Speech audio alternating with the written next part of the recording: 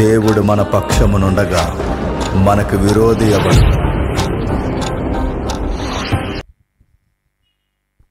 ఈ సభను చక్కగా నడిపిస్తున్న దైవజనులకి, సభకి కారకులైన పెద్దలకి, ముఖ్యంగా కన్వీనర్స్కి, ఈ సభ కొరకు ప్రత్యక్షంగా పరోక్షంగా కష్టపడిన ప్రతి ఒక్కరికి క్రీస్తునామమున శుభములు.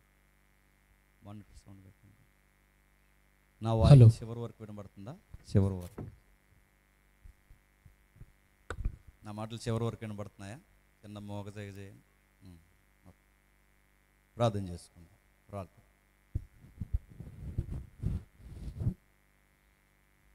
పరలోకమందున మా తండ్రి, గతించిన రాత్రి తండ్రి మీ కుమారుడు ద్వారా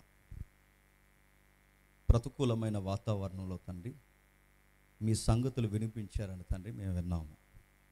ఈరోజు కూడా వాతావరణాన్ని నిమ్మలపరిచి పరిసర ప్రాంతాల్లో చెదురుముదురు జల్లులు పడుతున్న పొడిబారిన పరిస్థితి తండ్రి ఈ ప్రాంతాన్ని కలగజేసినందుకు మీకు స్తుతులు దేవా.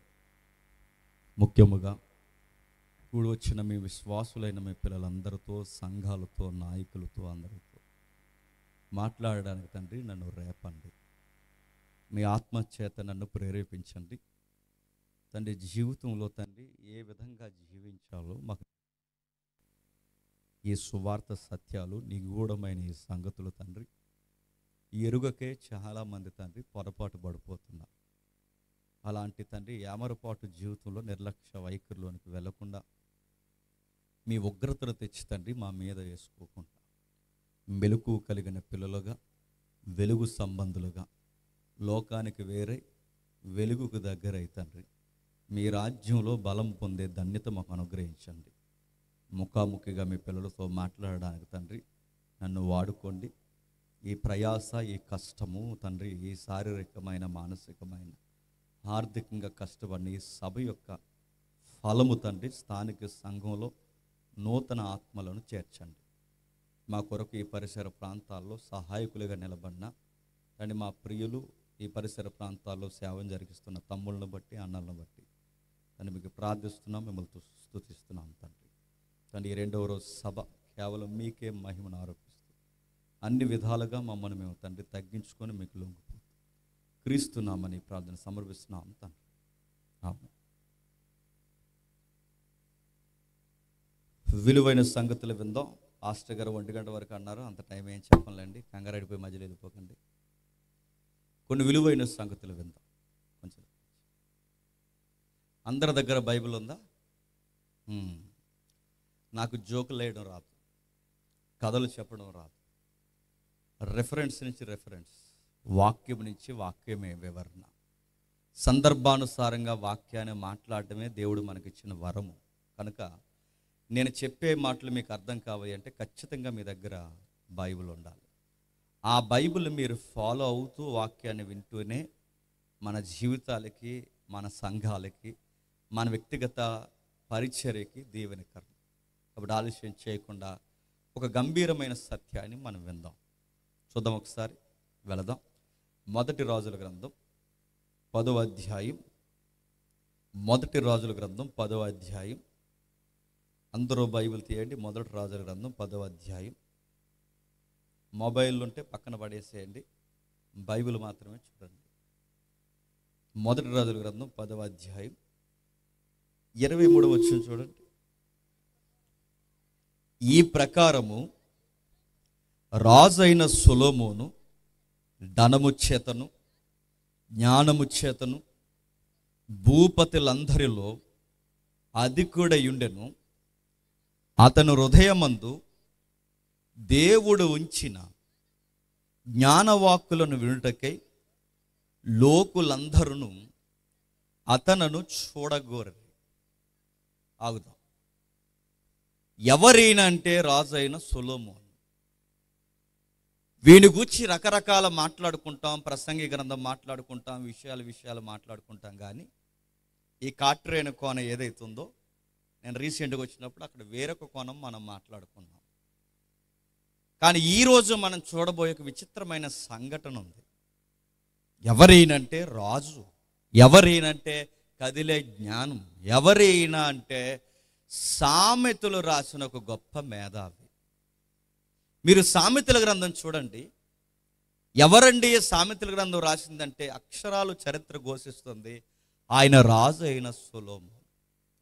సంసారం ఎలా చేయాలో తెలియాలంటే సామెతలు చదవాలి. ఒక భార్య భర్తకి ఎలా నమ్మకంగా ఉండాలో తెలియాలంటే సామెతలు చదవాలి. నెక్స్ట్, యవనస్తులు ఎలా ఉండాలో తెలియాలంటే సామెతలు చదవాలి. దొంగ ఎత్తుగడలు ఎలా ఉంటాయో తెలియాలంటే సామెతలు చదవాలి. మనుషులు ప్రయాసపడి ఆరోగ్యాలు పాడు చేసుకునే జీవితంలో, ఉరుకులు పరుగులు జీవితంలో ఒక అర్థం లేకుండా బతుకుతున్న వారికి అర్థం అంటే ఏంటో తెలియాలో, వ్యర్థం అంటే ఏంటో తెలియాలంటే ప్రసంగి గ్రంథం చదవాలి. ఆయన ఒక్కటే కాదు, కీర్తనలు రాశాడు, సామెతలు రాశాడు, ప్రసంగి రాశాడు. అన్నిటికన్నా ముఖ్యంగా లవ్ యొక్క బ్యూటీ ఎలా ఉంటుందో పరమగీతాలు రాశాడు. లవ్ అంటే బయట కాదు, మ్యారేజ్ లోపల.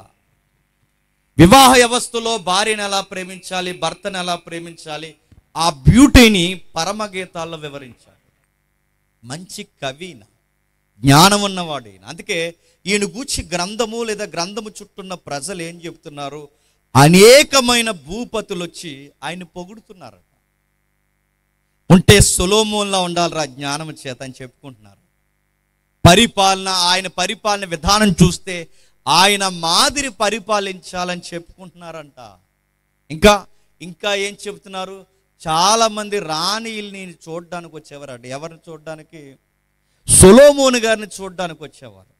ఆ సొలొమోను గారిని చూడడానికి వచ్చినప్పుడు వాళ్ళు ఏమనేవారంటే, అయ్యా, మా సింహాసనాలు గొప్పవనుకున్నాము, మా పరిపాలన గొప్పదనుకున్నాము, మా రాజ్యం గొప్పదనుకున్నాం, అవేం కాదు, నీ ఇంట్లో ఓ పనోల్లాగా ఉండిపోతే అంతకన్నా ధన్యత లేదన్నారు.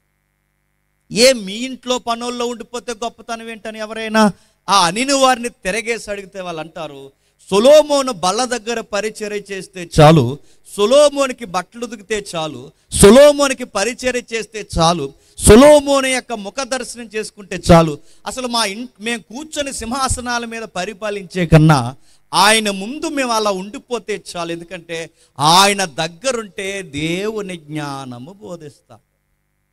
ఆయన కదిలే జ్ఞానం, ఆయన నిలువెత్తు దేవుని రూపం, ఆయన దేవుని సాక్ష్యము, దేవుని ప్రతినిధి. ఆయనను చూస్తుంటే క్రీస్తుకు ముంగుర్తు. అంత బాగున్నాడు కనుక రాణీలు కూడా వచ్చి ఏం మాట్లాడారు ఒకసారి చూడండి. 2వ దినవృత్తాంతాల గ్రంథం 9వ అధ్యాయం 2వ దినవృత్తాంతాల గ్రంథం 9వ అధ్యాయం 4వ వచనం చూడండి. అతని బల్ల మీద భోజన పదార్థాలు అతని సేవకులు కూర్చుండుటను అతని యూదాపచారాలు కనిపెట్టుటను వారి వస్త్రములను అతనికి గిన్నెలను అందించి వారి వస్త్రములను యెహోవా మందిరమందు అతడు అర్పించి దహన బలులను చూచినప్పుడు ఆమె విస్మయముంది రాజుతో ఇట్లనెను, నీ కార్యములు గూర్చి జ్ఞానమును గూర్చి నేను నా దేశమున వినిన వర్తమానం నిజ వర్తమానమే గాని నేను వచ్చి దాన్ని కన్నులారా చూసు వరకు వారి మాటలు నమ్మకుంటేని నీ అధిక జ్ఞానమును గూర్చి వారు సగమైన నాకు తెలపలేదు.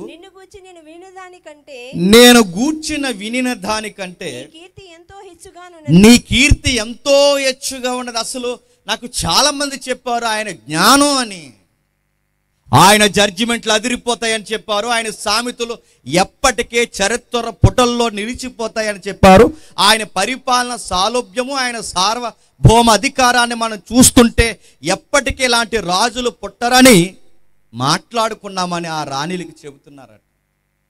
వాళ్ళ ఆ మనిషిని చూడడానికి వచ్చారు, సొలొమోను చూడడానికి. భూ దిగంతాల నుంచి వచ్చారు, దూర ప్రాంతాల నుంచి వచ్చారు.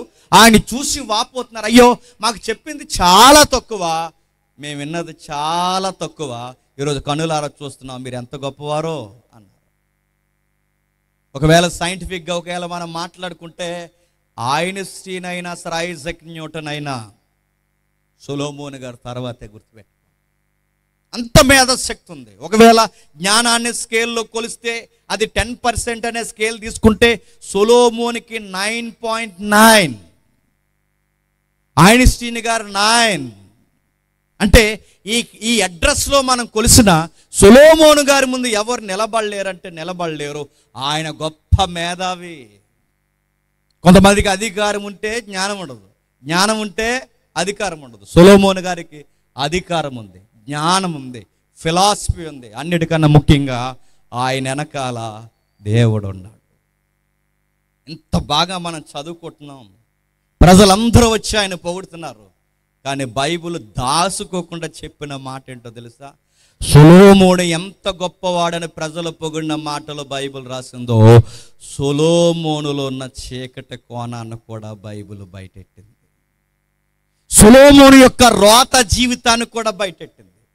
సొలొమోను యొక్క పతనమైన జీవితాన్ని కూడా బయటపెట్టింది. ఆయన గొప్పవాడే కాదు, పాడైపోయిన మనుష్యుడు కూడా. సొలొమోను గురించి చదివితే నిజంగా నేను చెబుతున్నాను, మనకే భయం వేస్తుంది. ఇన్ని సామెతలు చెప్పినవాడు, ఇన్ని కీర్తనలు చెప్పినవాడు, ఇంత పుంకాల జ్ఞానమును మాట్లాడుకున్నవాడు, ఇంత గొప్పగా కనబడినవాడు ఎందుకు పాడైపోయాడు? చాలా మంది ఏమంటారంటే సొలొమోను గారిని ఆ 1000 మంది పెళ్లి చేసుకున్నారు కనుకే ఆ స్త్రీల పాడు చేశారంటారు. నో, స్త్రీలు కాదు ఆయన పాడు చేసింది. ఆయన పాడు చేసింది స్త్రీలు కాదు, సొలొమోనే పాడు చేసుకున్నాడు. అది ఎట్లా అంటే రండి చరిత్ర తిరగేద్దాం, చూద్దాం ఒకసారి. అందరూ బైబిల్ తీయండి. మొదటి రాజుల గ్రంథం 11వ అధ్యాయం. మొదటి రాజుల గ్రంథం 11వ అధ్యాయం. మొదటి రాజుల గ్రంథం 11వ అధ్యాయం మొదటి వచనం చూడండి. మోయాబీలు, ఎదోమీలు, అమోనీలు, సీదోనీలు, హిత్తీలను దేవతల తట్టు మీ హృదయాలను తమ దేవతల తట్టు నీ చుట్టూ ఉన్నవారు తిప్పుదురు గనక వారితో సహవాసం చేయొద్దు. వారు నీతో సహవాసం చేయనీయకూడదు. యెహోవా ఇశ్రాయేలుకి సెలవిచ్చి ఉన్నాడు. అయితే రాజైన సొలొమోను ఈ మాటలు ఏమీ పట్టించుకోలేదు. ఎవరితో చేయొద్దట సహవాసం? అక్కడ లిస్ట్ అవుట్ చేస్తున్నాడు చూడండి. మోయాబీలు కానీ, ఎదోమీలు కానీ, అమోనీలు కానీ, సిదోనీలు, హిత్తీలని ఈ కానాను తెగల జోలికి పోవద్దు. ప్రశ్న అడుగుతున్నాను, ఎందుకు పోవద్దు? వెళితే ఏమవుద్ది? ఎందుకు వెళ్ళకూడదు అంటే వాళ్ళు భయంకరమైన వ్యక్తులు. చరిత్రలో రాయబడిన ఒక సంగతి మీకు జ్ఞాపకం చేస్తాను, వినండి.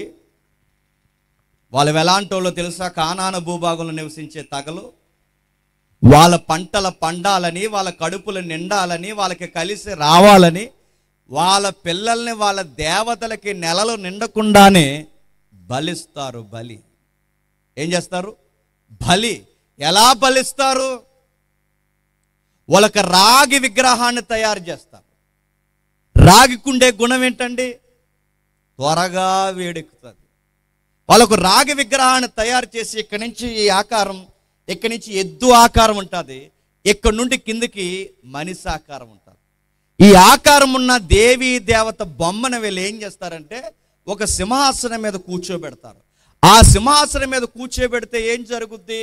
ఆ సింహాసనం మీద ఇలా కూర్చుంటాడు పొజిషన్లో ఆ దేవుడు. ఆ దూడముఖం పెడతారు ఆ దేవుడికి, ఇక్కడి నుంచి ఎద్దు ముఖం పెడతారు, ఇక్కడి నుంచి మనిషి ముఖం పెడతారు. ఇలా సింహాసనం మీద ఇలా కూర్చోబెడతారు. ఆ దేవుడు ఇలా పొజిషన్లో కూర్చుని ఉంటాడు అన్నమాట. వెనకాల ఆ దేవుడు బొమ్మకి ఏం చేస్తారంటే ఒక పెద్ద కన్నం పెడతారు. ఆ కన్నానికి ఒక డోర్ పెడతారు, అంటే ఓపెన్ చేసి డోర్ వేయడానికి. లోపలంతా డొలకుంటుంది ఆ బొమ్మకి. ఆ లోపల వేడి వేడి నిప్పులేస్తారు, వేడి వేడి కట్లేసి తగలబెడతారు. ఎప్పుడైతే రాగికి నిప్పు తగిలిందో, రాగికుండే గుణం ఏంటి చెప్పండి? చదువుకున్న మీరు, త్వరగా కణాలు వ్యాకోచనం చెందుతాయి, త్వరగా వేడెక్కుతాయి. ఇప్పుడు ఈ వైర్లు ఉన్నాయి, కరెంటు వైర్లు ఎక్కువ ఏం వాడతారు? రాగి వాడతారు. ఫ్యాన్లో ఏం వాడతారు? రాగి వాడతారు. మెజారిటీగా ఇంజన్ సర్కిల్లో ఏం వాడతారు? రాగే వాడతారు. రాగే ఎందుకు వాడతారు? కణాలు వేగంగా పరిగెడతాయి కనుక. అందుకే ఆ రోజు ఆ విగ్రహాన్ని దేంతో తయారు చేసేవారంటే కంచైనా లేటుగా వేడెక్కుతుంది, వినుమైనా లేటుగా వేడెక్కుతుంది, మనకి స్టీల్ అయినా లేటుగా వేడెక్కుతుంది. త్వరగా వేడెక్కేది ఏముంది చెప్పండి? రాగి. ఆ రాగితో తయారు చేసే విగ్రహాన్ని పెట్టి బాగా వెనక నుంచి మంట పెడతారు. ఇటేపు మన వైపు ఉండవు, కానీ ఈ టొబాకో గొడామ్స్ ఉంటాయి తెలుసా? మన వైపు ఉండవు, మీకు అన్ని కొబ్బరి తోటలే. మనం అటు సైడ్ వెళ్తే ఈ కోరుకొండ సైడ్ కానీ ఇలాగా ఈ మలిసాల సైడ్ వెళ్తే అన్ని టొబాకో అంటే ఈ పొగాకులు పండించే పంటలు ఎక్కువ ఉంటాయి. ఈ పొగాకును కోసిన తర్వాత వాళ్ళు ఒక గొడాంసులో పెడతారు, ఆ కింది పొయ్యిలు ఉంటాయి. ఆ పొయ్యిని ఏం చేస్తారంటే బాగా మంట పెడతారు. ఆ ఈటికి ఆకు బాగా మాగుతుంది అన్నమాట.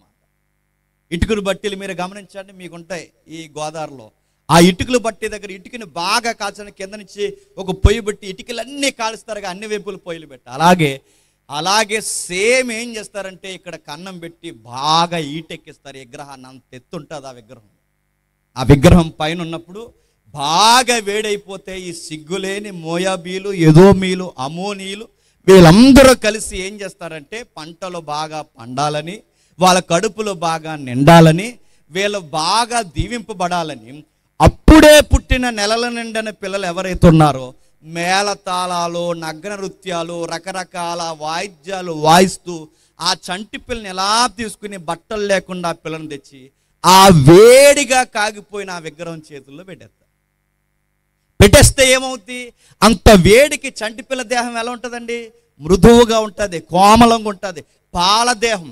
ఆ పసికొందు దేహాన్ని ఎప్పుడైతే అంత ఈటెక్కిన ఆ యొక్క విగ్రహం చేతుల్లో పెడతారో బొగ్గుమని ఒకేసారి బిడ్డ కేరమని కేకేసి రాలిపోతాడు, చచ్చిపోతుంది. అంటే ఇలాంటి పిచ్చి పనులన్నీ చేసేది ఎవరు చెప్పండి? ఎదోమీయులు, మోయాబీలు.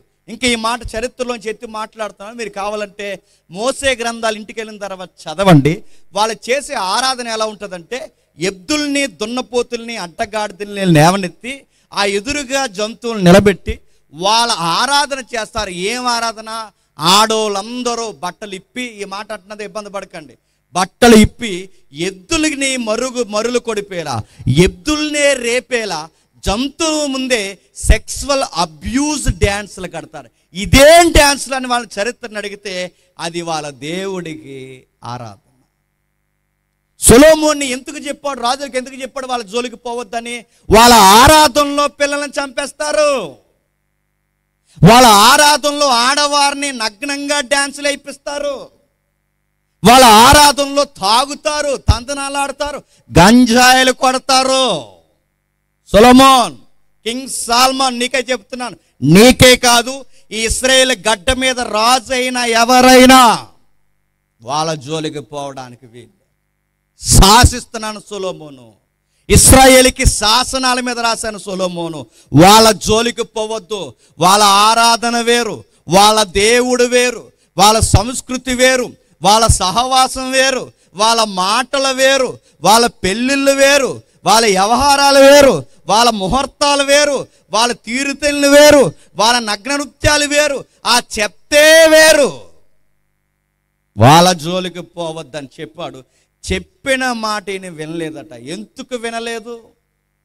అక్కడ ఒక మాట రాశాడు, ఇశ్రాయేలీకి చెప్పానుగా అన్నాడు. ఎక్కడ చెప్పాడు ఇశ్రాయేలుకి అంటే? చెప్పాను అన్నాడంటే ఎక్కడో సొలొమోన్ని దేవుడు ఏం చెప్తున్నాడు? ఒకసారి చూడని చెప్తున్నాడు. ఎక్కడ చూడాలి? ప్రతి రాజుకు ఒక చిన్న బైబిల్ ఇస్తాడు దేవుడు. చూద్దాం ఒకసారి. ఈ రెఫరెన్స్ అలాగే ఉంచండి. ఒక్కసారి మరో రెఫరెన్స్ దగ్గరికి వెళదాం. ద్వితీయోపదేశకాండం తీయండి. ద్వితీయోపదేశకాండం నేను ముందే చెప్పాను, చేతిలో బైబిల్ లేకపోతే మీకు తమిళనాడు భాషలా ఉంటుంది. మళ్ళీ చెప్తున్నాను, బైబిల్ ఉండాలి. సిగ్గులేని భక్తులు ఈ మధ్య బైబిల్ లేకుండా వస్తున్నారని సమాచార చట్టం చెప్పింది. అటు జాగ్రత్త. బైబిల్ చూడండి. బైబిల్ లేకుండా సభలకి ఏంటండి? పెళ్ళికి వచ్చావంటే అందం ఉంది, పెళ్ళి ఎవడు వాక్యం అండి కాబట్టి. ఏదైనా ఫంక్షన్కి వెళ్ళావంటే అందం ఉంది. బైబిల్ లేకుండా సభలకు రాకూడదు, అది గౌరవం అనిపించుకోదు. ద్వితీయోపదేశకాండం 17వ అధ్యాయం. ద్వితీయోపదేశకాండం 17వ అధ్యాయం. అందుకే ఈ రోజుకి క్షమిస్తున్నాం, పక్కవారు బైబిల్ చూడండి. ద్వితీయోపదేశకాండం 17వ అధ్యాయం. ద్వితీయోపదేశకాండం 17వ అధ్యాయం 17వ వచనం చూడండి. తన హృదయము తొలగిపోకుండా తమ హృదయము తొలగిపోకుండానట్లు అతడు అనేక స్త్రీలను వివాహం చేసుకునకూడదు. వెండి బంగారములను అతడు ఎండి బంగారములను సంపాదించకూడదు.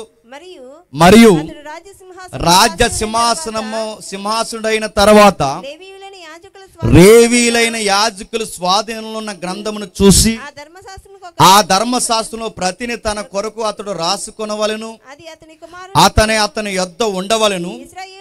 తన రాజ్యమందు తానును తన కుమారులను ఇశ్రాయేలు మధ్య దీర్ఘాయుష్మంతులు అగుటకై తాను తన సహోదరుల మీద గర్వించి ఈ ధర్మమును విడిచిపెట్టి కుడికి గాని ఎడమకు గాని తొలగక ఉండునట్లు తన దేవుడైన యెహోవాకు భయపడి ఈ ధర్మశాస్త్ర వాక్యములన్నిటినీ ఈ కట్టలను అనుసరించి నడువ నేర్చుకొనుటకు అతడు తాను బ్రతుకు దినములన్నిటిను ఆ గ్రంథము చదవాలని కోసం నడుతున్నాను. అతడు అతడు అతడు అతడు అతడు రివర్స్ అడుగుతున్నాను. అతడు అంటే ఎవరు? అతడు అంటున్నాడు. అతడంటే కొంచెం చరిత్ర తెలియాలి. అతడంటే ద్వితీయోపదేశకాండాన్ని రాసింది ఎవరు? తెలియదంటే రేపు తూర్పు అయిపోతుందో చూడడమే. ఎవరు ద్వితీయోపదేశకాండం రాసింది? మోసే గారు. బండ గుర్తుపెట్టుకోండి, ఆది కాండ నుంచి ద్వితీయోపదేశకాండం వరకు మొత్తం రాసిన రచయిత ఎవరంటే మోసే గారు. కల్లో ఎలా లేపినా మోసే గారు రాశారని చెప్పాలి. ఇది గుర్తు.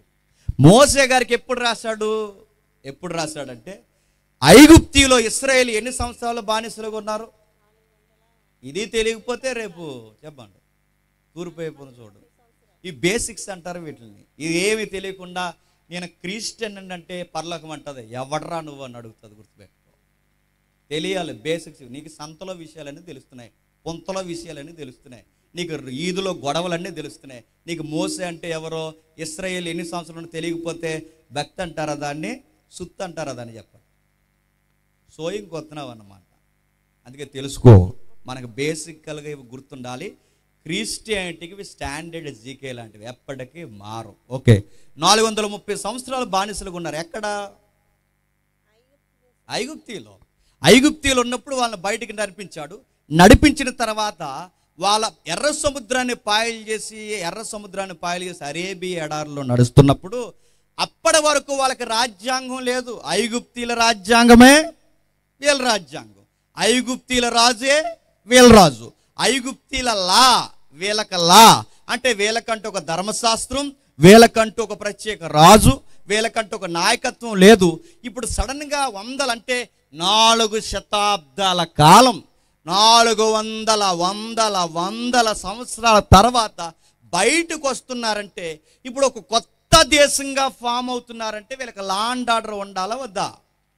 లా ఉండాలా వద్దా? ఆ లా ఉండాలంటే దాని పేరు ధర్మశాస్త్రం. ధర్మశాస్త్రం. దీన్నే గాడ్స్ లా అంటారు, దీన్నే మోజెస్ లా అంటారు. దీన్ని ఆ లా ఇచ్చాడు. ఆ ధర్మశాస్త్రాన్ని 5 కాండాలుగా వివరించాడు. దానికి మౌలికమైన ఆజ్ఞలు 10. ఆ 10 నుంచి వివరణ వచ్చినవి 5 గ్రంథాలు. ఆ గ్రంథాల్లో ఏం చెప్తున్నాడంటే, మోసే ఇలా రా అన్నాడు. ఇదిగో ఇప్పటి వరకు వీళ్ళ ఐగుప్తీలు ఉన్నాడు కనుక వీళ్ళ రాజు ఐగుప్తీ రాజే వీళ్ళ రాజు. ఇప్పటి వరకు ఐగుప్తిలో ఉన్నారు కనుక ఐగుప్తి గ్రంథాలే వీళ్ళ గ్రంథాలు, ఐగుప్తి రాజ్యాంగమే వీళ్ళ రాజ్యాంగం. అంటే ఐగుప్తి సంస్కృతే వీళ్ళ సంస్కృతి అయింది. ఇప్పుడు కొత్త దేశానికి వెళుతున్నారు. ఇప్పుడు మీకంటూ రాజ్యాంగము, మీకంటూ ధర్మశాస్త్రము, మీకంటూ పౌర హక్కులు, మీకంటూ ఒక విలువలు, నైతికత ఇవన్నీ మీకు ఉండాలి కనుక ఇలా రా, నీకు కొన్ని విషయాలు చెప్తాను. ఇప్పటి వరకు ఐగుప్తిలో ఉన్నారు కనుక వీళ్ళు సడన్గా కానాను భూభాగంలోకి వెళ్ళిన తర్వాత ఇశ్రాయేలుకు ఉండే కొత్త గొడవ ఏంటంటే, వీళ్ళు త్వరగా ఎక్కడ ఏది కొత్త సంగతి చూస్తే అది కాపీ కొడతారు. ఎవరు? ఇశ్రాయేలు. మనం కూడా కాపీ కొట్టమండి, కాపీలు కొడతాంగా. క్రైస్తవ పెళ్ళి అనగానే ఏమేసేస్తారు చెప్పండి? ముందుగా పచ్చి ఎండాకాలంలో సూటే వేస్తారు. ఎండాకాలంలో సూట్ అడుగుతున్నాను, ఇలా లాక్కుని ఇలా పీక్కుని ఇలా గనుక్కుని ఉక్కిరి బిక్కిరి అయిపోతారు. సూట్ ఎక్కడదరా సిన్నా నీకు? ఫారినర్స్ అందరూ క్రిస్టియన్ మ్యారేజ్లో సూట్ వేసుకున్నారు కనుక అక్కడ కాపీ కొట్టి మన బ్యాచ్ కూడా ఏం చేశారు? సూట్ వేసారు. నడుతున్నాను. సమ్మర్లో ఏ లెనిన్ కాటనో ఏ చక్కగా ఉన్న వేసుకుంటే పెళ్లి చేయనంటారా పాస్టర్ గారు? సూట్ లేదు కాబట్టి పెళ్ళి రద్దు అంటాడా? పాస్టర్ గారే తెల్లబట్టలు వేసుకుని వస్తున్నారుగా. నేను అడుగుతున్నాను, కాపీ పేస్ట్లు కొడతాం, ఫారినర్స్ నవ్వుతే మనం పిల్లలు నవ్వుతాం, వాళ్ళు ఏది చేస్తే అది చేస్తాం. ఎందుకంటే కాపీ పేస్ట్లు ఎక్కువ. మనకన్నా కాపీ గాళ్ళు ఎవరో తెలుసా? ఇశ్రాయేలీ. మనకన్నా ఎక్కువ కాపీ కొడతారు. దేవుడికి తెలుసు, ఇదిగో వీళ్ళు కొత్త తెగల మధ్యకి వెళ్తున్నారు కనుక వీళ్ళ కాపీలు కొడతారు. వీళ్ళు ఏమి కాపీ కొడతారంటే, మోసే ఇప్పటి వరకు నీ నాయకత్వం కింద నడుస్తున్నారు, ఇప్పటి వరకు నా రెక్కల చాటును నడుస్తున్నారు. అన్నం అంటే మన్నా కురిపిస్తున్నాను, దాహం అంటే బండను బద్దలు చేసి నీళ్ళు ఇస్తున్నాను, ఇన్ని ఘనకార్యాలు వీళ్ళకి చేస్తున్నాను. రేపు ఇలా దేశంలో అడుగు పెట్టాక వీళ్ళు ఏమంటారంటే, మాకు రాజు కావాలంటారు. ఏమంటారు? మాకు రాజు కావాలంటారు. ఆ రాజు కావాలన్నప్పుడు ఖచ్చితంగా వీళ్ళు రాజును కోరుతారు గనక, రాజు ఎలా ఉండాలో నువ్వు ముందే రాసే అన్న. రాజు ఎలా ఉండాలి, ఎలా ఉండాలో రాసే. ఆ రాజు ఏమేం చేయాలో శాసనాలుగా రాయి. ఆ రాసినది ఖచ్చితంగా గ్రంథస్థం చేయి. అది పాస్టర్లు అంటే యాజకుల చేతుల్లో పెట్టు. ఈ యాజకులు చనిపోయిన తర్వాత మరొక యాజకుల చేతుల్లో పెడతారు. ఈ యాజకులు చనిపోయిన తర్వాత మరొక యాజకుల చేతుల్లో పెడతారు. ఇలా తరాలు తరాలు తరాలు గ్రంథం మారుతుంది. ఆ గ్రంథం పేరు బైబిల్. ఇలా మారుతూ మారుతూ వచ్చిన తర్వాత ఒకరోజు రాజుల కాలం వస్తుంది. ఆ రాజుల కాలం వచ్చాక ఏం చేస్తావంటే, ఈ దైవజనులను అందరు నిలబెట్టి ఎవడైతే రాజు ఉన్నాడో ఆ రాజుకే సొంతంగా ఒక బైబుల్ రాసివ్వండి. ఎవరికి ఇవ్వాలంటే బైబుల్? రాజుగారికి. ఏమని రాస్తున్నాడు అంటే, మరియు అతడు రాజ్యసింహాసనమందు ఆసీనుడైన తర్వాత లేవీలైన యాజకుల స్వాధీనం. యాజకులు అంటే దైవజనులు. వాళ్ళ దగ్గర ఒక బైబిల్ ఉంటుంది. మోసే నేను ఇస్తున్న బైబిల్. వాళ్ళ స్వాధీనంలో ఉన్న ఆ బైబిల్ని చూసి ఆ ధర్మశాస్త్రానికి ప్రతి అంటే ఒక నకల్ అంటే ఇంక అంతే సంగతులు. 1989 తర్వాత అట తెలుగు ఇంగ్లీష్ రాళ్ళు పుట్టారట. అంటే మనం పూర్తిగా తెలుగు రాదు మనకి, చెప్పండి ఇంగ్లీష్. మన తెలుగేది. నకల్ అంటే జెరాక్స్. ఇంగ్లీష్ అలవాటు అయిపోయిన పదాలు, తెలుగు పదాలు మర్చిపోయాము.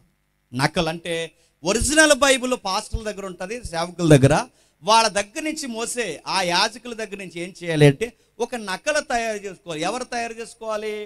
ఎవడైతే రాజు అవుతాడో చెప్పండి, వాడే తయారు చేసుకోవాలి. తయారు చేసి దాన్ని ఏం చేయాలి? తన దగ్గర పట్టుకోవాలి. అంటే ఇశ్రాయేలుకి ఎవరైనా రాజు అయితే పట్టాభిషేకం జరుగుతున్నప్పుడు చేతికి రాజదండాన్ని కాదు ఇచ్చేది, చెప్పండి, బైబిల్ ఇస్తా. ఇశ్రాయేలుకి ఈ రోజుకి మీరు చూడండి, ఇశ్రాయేలు ఎవరైనా, ఈ రోజుకి ఇశ్రాయేల్ ప్రధాని అయినా, ఇశ్రాయేల్ ప్రతినిధి ఎవరైనా ఇజ్రాయేల్ దేశంలో అధికారం చేపడితే వాళ్ళ పక్క నుండే గ్రంథం ఏంటో తెలుసా? బైబిల్ ఉంటుంది. అంటే అధికారికి బైబిల్ ఉండాలి. బైబిల్ చదివి పరిపాలించాలి. బైబిల్ లేకపోతే పరిపాలన ఎలా చేయాలో తెలియదు. తోసిందల్లా చేస్తాడు, అదే పరిపాలన అంటాడు. చివరికి రాజ్యము కుప్పకూలిపోతాడు. ఒక ఉదాహరణ చెబుతాను వినండి. తలకాయలు సరిగ్గా ఉంటేనే చెప్పండి తోకలు కుదురుగా ఉంటాయి. అంతే కదండి. తలకాయలకే తిరగం లేదనుకోండి, తోకలు కుదురుంటాయా? తలకాయలంటే ఇక కాదు, చెప్పండి. తలకాయలంటే పెద్దలు. సంఘము బాగుండాలంటే పెద్దలు బాగుండాలి. నెక్స్ట్ కుటుంబం బాగుండాలి అంటే చెప్పండి పెద్దలు బాగుండాలి. పెద్దలకే తలకాయలు సరిగ్గా లేకపోతే పిల్లలు ఏం చేస్తారు? నాన్నే ఇంటికి వచ్చి తాగేసి ఊగెత్తున్నాడు అనుకోండి, కొడుకు ఏం చేస్తాడు? ప్రార్థనలో గడుపుతాడా?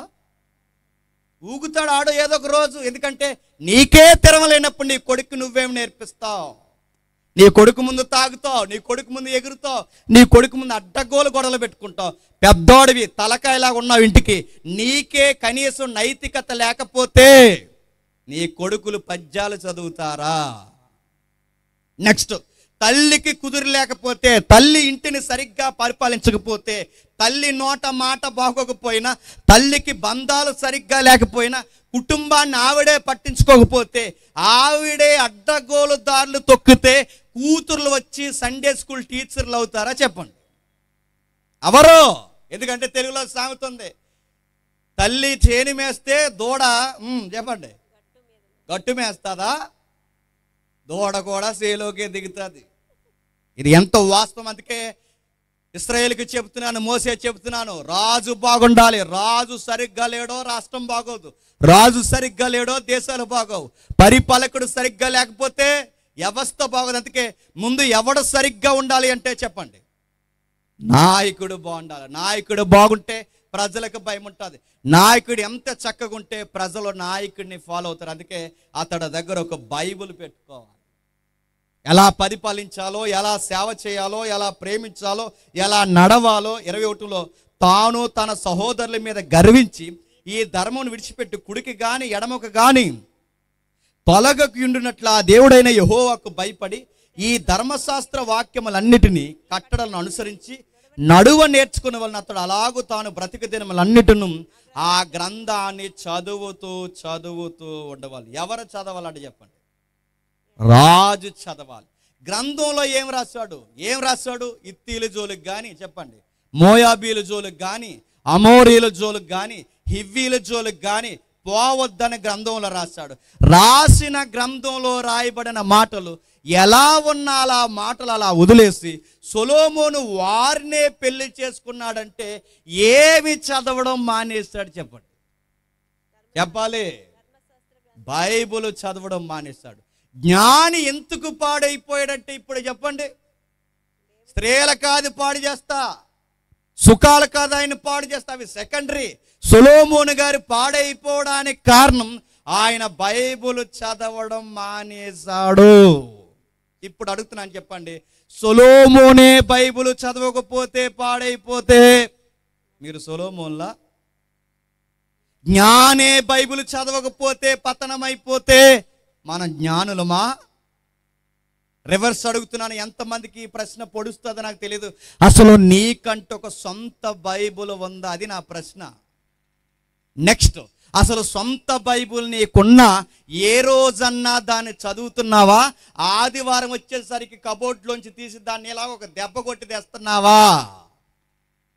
మళ్ళీ అడుగుతున్నా, నీకు ఒక సొంత ఫోన్ ఉంది, నీకు కావలసిన డ్రెస్ కోడ్ ఉంది, మెయింటెనెన్స్ ఉంది, అన్నీ ఉన్నాయి, నీకు చక్కటి పద్ధతులు, రుచులు, టేస్ట్లు, సింగింగ్లు అన్నీ ఉన్నాయి, నీకంటూ ఒక సొంత యాటిట్యూడ్ ఉంది, అన్నీ అడుగుతున్నాను. నీకు అన్నీ ఉన్నాయి, బైబిల్ ఉందా? ఒకవేళ ఉంటే దాన్ని చదివే అలవాటు నీకుందా? చాలామందిని చూస్తాం, బైబిల్ని చూస్తుంటే ఇలా తెరుస్తుంటే పేజీలు ఇంకా అంటిపోయే ఉంటాయి. బాబులు బాగా చదివేస్తున్నారు అన్నమాట. చదవరా? కొంతమంది బైబిల్ ఉంటాయి పైనుంచి కింద వరకు అండర్లైన్. మనం అనుకుంటాం చదివేసడమే. కాదు, 40 సంవత్సరాల చర్చిలో ఉండి, 50 సంవత్సరాల చర్చిలో ఉండి పాస్టర్ గారు చెప్పిన ప్రతి దానికి రెడ్ పెన్ను పెన్సిల్తో అండర్లైన్ చేసేసాడట. చదవా? నేను అడుగుతున్నా, బైబిల్ చదవా? చాలా మందిని చూస్తే ఒళ్ళు మండిపోయేది చెప్పిన ఆరాధన పేరుతో బైబిల్ కింద వదిలేసి, అదిగా బైబిల్ చూడండి, తీయండి అమ్మ, చేతులు పెట్టుకోండి. ఆరాధన పేరుతో ఆ బైబిల్ కింద వదిలేసి పైకి నిలబడి యెహోవాకు ఆరాధన అంటే దేవుడు అంటే పోయి డ్రైనేజీలో పడిపోంటాడు. దేవుడి గ్రంథాన్ని గౌరవించకపోతే కాళ్ళ దగ్గర బైబిల్ పెట్టడం పెట్టి, బైబిల్ ఇచ్చింది దేనికి? బైబిల్ కింద పెట్టి పైకి లేచి ఎగురుతావానా? ఒక సువార్తికుడు ఏమన్నాడు తెలుసా? అసలు బైబిల్ని కూర్చున్న కుర్చీలో కూడా పెట్టొద్దు అన్నాడు. దానికంటే గౌరవం ఉంది. అది హతులైపోతే అనేక మంది రక్తము కారిస్తే వచ్చింది బైబిల్. అలాంటి బైబిల్ నువ్వు ఎలా గౌరవించాలి? సొలొమోనైనా, నువ్వైనా, నేనైనా దాన్ని చదవాలిగా. బైబిల్ చదివే వాళ్ళు ఎక్కడున్నారు? క్యాలెండర్ల మీద చదివే వాళ్ళు ఉన్నారు.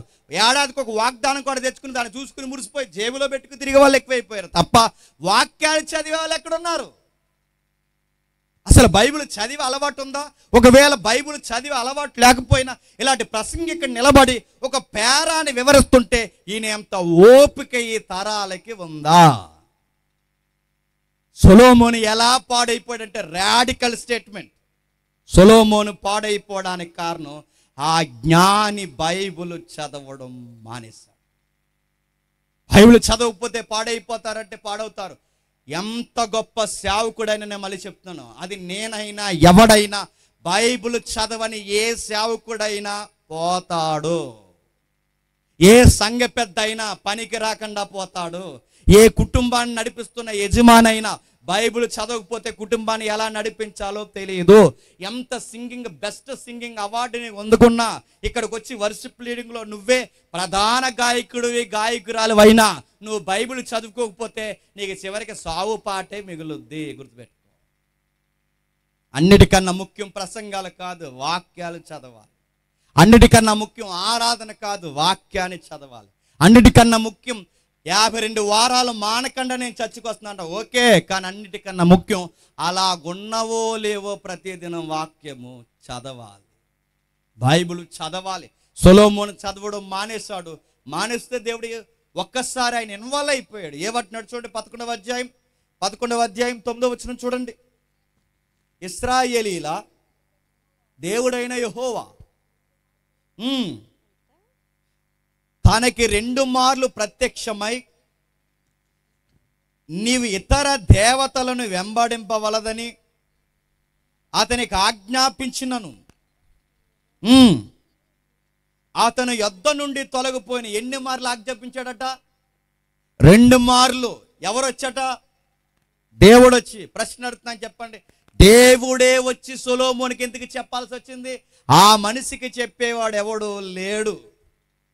ఆ సమకాలీన ప్రపంచంలో ఇప్పుడు అంత జ్ఞానికి చెప్పాలి అంటే అతనికి చెప్పేవాడు ఏమై ఉండాలి? ఇంకా జ్ఞాని అయి ఉండాలి. దావీదుకి నాతాను వచ్చి చెప్పాలి అంటే నాతాను దావీదు కన్నా భక్తిలో ఉన్నాడు కనుక చెప్పగలిగాడు. ఇప్పుడు నీకు నాకు ఎవరైనా చెప్పాలి అంటే, నీకు నాకు చెప్పేవాడు ఎవడైనా ఉండాలంటే ఆడు మనకన్నా ఒక మెట్టు ఎత్తులో ఉండాలి. ఇప్పుడు నాకైనా ఎవడన్నా చెప్పాలి అంటే అసలు మత్తయి సువార్త అంటే ఏంటో తెలియనోడు నా దగ్గరికి వచ్చి అది కాదు బ్రదర్ అంటే నేనేమంటాను చెప్పండి? మత్తయి సువార్త చదవయ్య ఇల్లు అంటాను అననా? ఇప్పుడు నాలో లోపాలు ఉన్నప్పుడు నాకు చెప్పాలి అంటే నాకు మెట్టు ఎత్తు ఉండాలి. సొలొమోనుకి చెప్పాలి అంటే సొలొమోను కన్నా ఒక మెట్టు ఎత్తులో ఉండాలి. సొలొమోనుకి చెప్పేది ఎవడున్నాడు? భూపతుల్లో అతను మించినోడు లేడు, అధిపతుల్లో ఆయన మించినోడు లేడు, రాజులలో ఆయన మించినోడు లేడు, జ్ఞానములో ఆయన మించినోడు లేడు, సంపదలో ఆయన మించినోడు లేడు. అసలు మనుషుల్లో ఆ తరానికైనా ఈ తరానికైనా యేసుప్రభు తప్ప ఆయనకి మించినోడు ఎవడు లేడు. అలాంటోడికి చెప్పాలి అంటే ఎవరు వచ్చి చెప్పాలి? చెప్పండి. దేవుడే వచ్చి చెప్పాలి. అందుకే ఎవరు వచ్చి చెబుతున్నాడు? దేవుడు వస్తున్నాడు. దేవుడు ఎందుకు వచ్చాడు? ఈ మనిషి చిన్నోడు కాదు, చిన్న వ్యవహారం కాదు, ఈయనకి చెప్పాలి అంటే సాక్షాత్తు దేవుడే వచ్చి చెబుతున్నాడు. సొలొమోను జాగ్రత్త అని చెప్పాడు. మారొద్దు సొలొమోను జాగ్రత్త అని చెప్పాడు. ఈ మనిషికి 2 సార్లు చెప్పినా బుర్రకెక్కలేదు.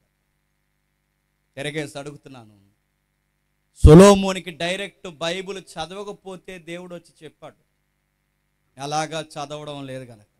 ఒకవేళ ఏ ప్రవక్తను పంపినా ప్రవక్త కూడా ఆయన ముందు తక్కువే. ఒకవేళ ఏ జ్ఞానిని పంపినా ఆ జ్ఞాని కూడా ఆయన ముందు తక్కువే. అందుకే దేవుడు వచ్చి చెప్పాడు, నువ్వు ఎందుకు చదవట్లేదని చెబితే ఈయన వినలేదు. ప్రశ్న అడుగుతున్నాను, చెప్పండి. ఆ రోజు బైబిల్ చదవని సొలొమోన్ని దేవుడు వచ్చి అడిగి చెప్పాడు. ఈరోజు బైబిల్ చదవట్లేదు, మరి మనల్ని ఎవరు అడుగుతారు వచ్చి? ఆకాశం ఇలా ఇడిపోయి కుమారుడా ఏంటి ఈ మధ్య వాక్యాలు చదవడం మానేసావు అంటాడా? అంటే నువ్వు ఉంటావా? కుమార్తె అని బీరువా వారి నుంచి స్వరం వస్తుంది అనుకుంటున్నావా? మంచం కింద నుంచి ఏమైనా వినబడుతుంది అనుకుంటున్నావా? దర్శనాలు కాలము, దేవుడు ముఖాముఖిగా మాట్లాడే కాలము ప్రవక్తల కాలం, బైబిల్ యొక్క కాలము. ఇప్పుడు ఎలా మాట్లాడతాడు? ఇప్పుడు సొలొమోనుతో మాట్లాడి డైరెక్ట్గా వచ్చి నీతో మాట్లాడు. ఆకాశం నుంచి ఒక స్వరం, ఏమి మత్తయి సువార్త కాడ ఆపేసావని అండో, చదవడం మానేస్తావేంటి, ఆ క్యాలెండరే చదువుతున్నావేంటి అని అడగడు. ఎలా అడుగుతాడు? నాలాంటి సేవకుడి ద్వారానో మీ పాస్టర్ గారి ద్వారానో నిలబడి అడుగుతాడు. డైరెక్ట్గా అడుగుతాడు. ఇదిగో ఈ వాక్యము ద్వారా నాలాంటి వాడు ఎవడైనా ఇక్కడ నిలబడితే అడుగుతాడు. ఏమని అడుగుతాడు? ఏమి చదవట్లేదే అని అడుగుతాడు. ఈరోజు మిమ్మల్ని అడుగుతున్నాడు నా ద్వారా, ఈరోజు మాట్లాడుతున్నాడు నా ద్వారా, వారం వారం చర్చిలో మీ పాస్టర్ గారి ద్వారా మాట్లాడుతున్నాడు. ఆయన దేవుడే అడుగుతున్నాడు. దేవుడే అడిగితే దేవుడు మాట పట్టించుకోకపోతే మన పతనాన్ని మనమే తెచ్చి దగ్గరేసుకుంటాం. దేవుడు గద్దిస్తాడు, దేవుడు మాట్లాడతాడు, కుమారుడా జాగ్రత్త, నా మాటలు తృణీకరింపకము, నా ఆజ్ఞలు నిర్లక్ష్యము చేయకము, నా శాసనాలు దూరము కాకు, నా వాక్యాలకి దూరం కాకు. నా వాక్యాలు నీ కంటికి నేత్రాలుగాను, నీ నొసటికి ఇదిగో నొసటికి ఈ అలంకారప్రాయంగా కట్టుకునే చక్కటి అర్థవంతమైన వాక్యాలుగాను కట్టుకో. నీ ఇంటికి కట్టుకో, నీ గుమ్మానికి కట్టుకో, నీ కళ్ళుకి కట్టుకో, నువ్వు నడిసే మార్గాల యందు రాసుకో. ఇంత వాక్యాలు దేవుడు పదే పదే సేవకుల నోట ఇలా మాట్లాడుతున్నప్పుడు అయినా నీ బుర్రకెక్కట్లేదంటే ఏమవుతుందని చెప్పు. నేను దేవుళ్ళలోకి వచ్చి ఇప్పటికి 17వ సంవత్సరం అండి. 17 ఏళ్ళు వాక్యాలు చదవకుండా సేవ చేసేస్తామని వచ్చిన చాలామంది సేవకులు ఈరోజు మట్టిలో పడుకున్నారు. తెలుసా మీకు? వాక్యాలు చదవకుండా సంఘానికి పెద్దలుగా ఉంటామన్న చాలామంది ఈరోజు ఏమైపోయారు తెలుసా? చివరికి తాగుబోతులు అయిపోయారు. వాక్యాలు చదవకుండా మేము సంఘానికి బలమైన కానుకిస్తున్నామని చెప్పుకుని అనేక మంది చివరికి దేశ దిమ్మర్లు అయిపోయారు. గుర్తుపెట్టి, వాక్యాలు చదవకపోతే, వాక్యాన్ని చదవకపోతే పాడైపోతారంటే పాడైపోతారు. ఎందుకు పాడైపోతారంటే ఒక ఉదాహరణ చెబుతున్నాడు దేవుడు. సొలొమోను నీ హృదయము జాగ్రత్త అన్నాడు. ఏంటట? హృదయము జాగ్రత్త. ఇప్పుడు చదవండి ఆ మొదటి అధ్యాయం, ఆ 11వ అధ్యాయం మొదటి వచనం చదవండి. మోయాబీయులు, ఎదోమీయులు, అమ్మోనీయులు, సీదోనీయులు, హిత్తీయులు అని జనులు మీ హృదయములను తమ నీ హృదయము, నీ హృదయము, నీ హృదయము. కొన్ని వాక్యాలు చెబుతాను, మీరు జాగ్రత్తగా అండర్లైన్ చేయండి. నీ హృదయము 2వ వచనంలో నీ హృదయము, 3వ వచనంలో నీ హృదయము, 6వ వచనంలో నీ హృదయము, 10వ వచనంలో నీ హృదయము. పదే పదే వచనాల్లో చెబుతున్న దేనిని గురించి? హృదయము, హృదయము, హృదయము, హృదయము. వాక్యాన్ని ఎందుకు చదవాలి అంటే హృదయము మరులు కొలిపేస్తాది. అర్థం లేదండి అనుకుంటున్నారా? ఉదాహరణ చెబుతాను వినండి. హృదయం పాడు చేస్తుందా మనిషిని అంటే పాడు చేస్తుంది. లోకం ఏమంటదంటే హృదయం అందమైనది, హృదయం పవిత్రమైనది, హృదయం నీ చుట్టే తిరుగుతుంది అంటది. నా హృదయం బరువు ఎక్కువైపోయింది, నా హృదయం ఈ మధ్య నీకోసమే కొట్టుకుంటుందని పాటలు రాస్తారు వాళ్ళు. హృదయాన్ని గురించి బయట కవులు చాలా అందంగా పొయిటిక్ లాంగ్వేజ్ ఉపయోగిస్తారు, కానీ బైబిల్ హృదయాన్ని గురించి అందంగా చెప్పలేదు. హృదయాన్ని గురించి బైబిల్ ఏమంత చెప్పినా అది పతనమైపోయిన హృదయం, రోత అన్నాడు. నరులు బాల్యము నుంచి వాళ్ళ హృదయంలోని ఆలోచనలు కేవలం చెడ్డవి అంది. హృదయం ఇంకా ఏం మాట్లాడింది? బాల్యం నుంచి వాళ్ళ ఆలోచనలు చెడ్డవే కాదు, అది మోసకరమైనది, వ్యాధి కలిగినది, ఘోరమైనది. అది ఖచ్చితంగా మనిషిని లొంగదీస్తుంది. హృదయం మనిషిని పాడు చేస్తుంది. ఎలాగండి? నాకు అర్థం కావలేదంటే నేను చాలా మెసేజ్లు చెప్పిన ఒక ఉదాహరణ మీకు చెప్తాను వినండి. ఒక తండ్రి బాధపడుతున్నాడు కూర్చొని. తన తోటి ఉద్యోగస్తుడు అడిగాడు, మీరు బాధపడడం ఏంటి సార్ అని. ఏమీ లేదండి అన్నారు. మీకు ఇబ్బంది లేదనుకుంటే, నేను దేవుని కుమారుడని మీకు అనిపిస్తే నాతో పంచుకోండి సార్ అన్నాడు. పంచుకున్నాడు ఆయన. ఏమీ లేదండి, నాకు ఒక కూతురు ఉందండి, చాలా బాగా పెంచుకున్నాను సార్. చిన్నప్పటి నుంచి అందగెత్తే గారాల కూతురు, తన ఇంట్లో నడిస్తే తన కాళ్ళు కందిపోతాయని మా ఇంట్లో కూడా తనకు చెప్పలేసేవారు. బాగా చదువుతుందండి, అందగత్తి సార్. ఇక్కడ తలదించితే కాలేజీలో తలెత్తుతుంది, అక్కడ తలదించితే ఇక్కడ తలెత్తుతుంది, ఇంకెక్కడ ఎవరితో మాట్లాడు సార్. అలాంటి నా బంగారం లాంటి నా కూతురు ఆటో డ్రైవర్తో వెళ్ళిపోయింది సార్ అన్నాడు. గుర్తుపెట్టుకోండి, చెల్లెలకి, అక్కలకి, తమ్ముళ్ళకి, అందరికీ మీకు చెప్తున్నాను, తల్లిదండ్రులను ఏడిపించి ఇలాంటి వైరాగ్యంలో మేము వెళ్ళిపోతామంటే తల్లిదండ్రులను నిష్ఠూర పెట్టిన వారి ఆత్మ చెప్పండి హఠాత్తుగా.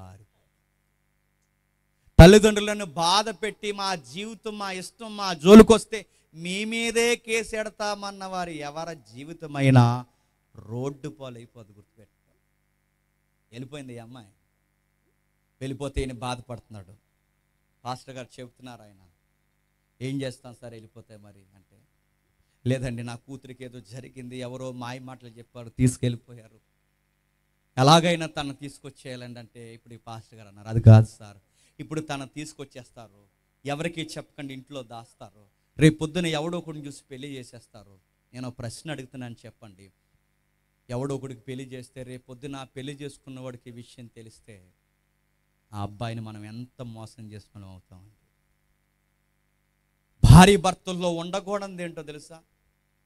అపనమ్మకం ఉండకూడదు. భార్య భర్తల్లో ఉండాల్సింది ఏంటో తెలుసా? పవిత్రం ఉండాలి. అలాంటిది ఇప్పుడు మన కూతురు అని చెప్పి గుడ్డి ప్రేమతో ఆమె చేసిన తప్పులన్నీ దాచేసి పట్టుకెళ్ళి వేరొకటి జీవితంలోకి ఇస్తే రేపు పొద్దున్న వాడికి తెలిస్తే ఇప్పుడు గొడవ కన్నా చెప్పండి, అప్పుడు గొడవ ఇంకా తలపోటైపోతుంది. మరి ఏం చేయమంటారంటే ఇంక చేసేదేమీ లేదు.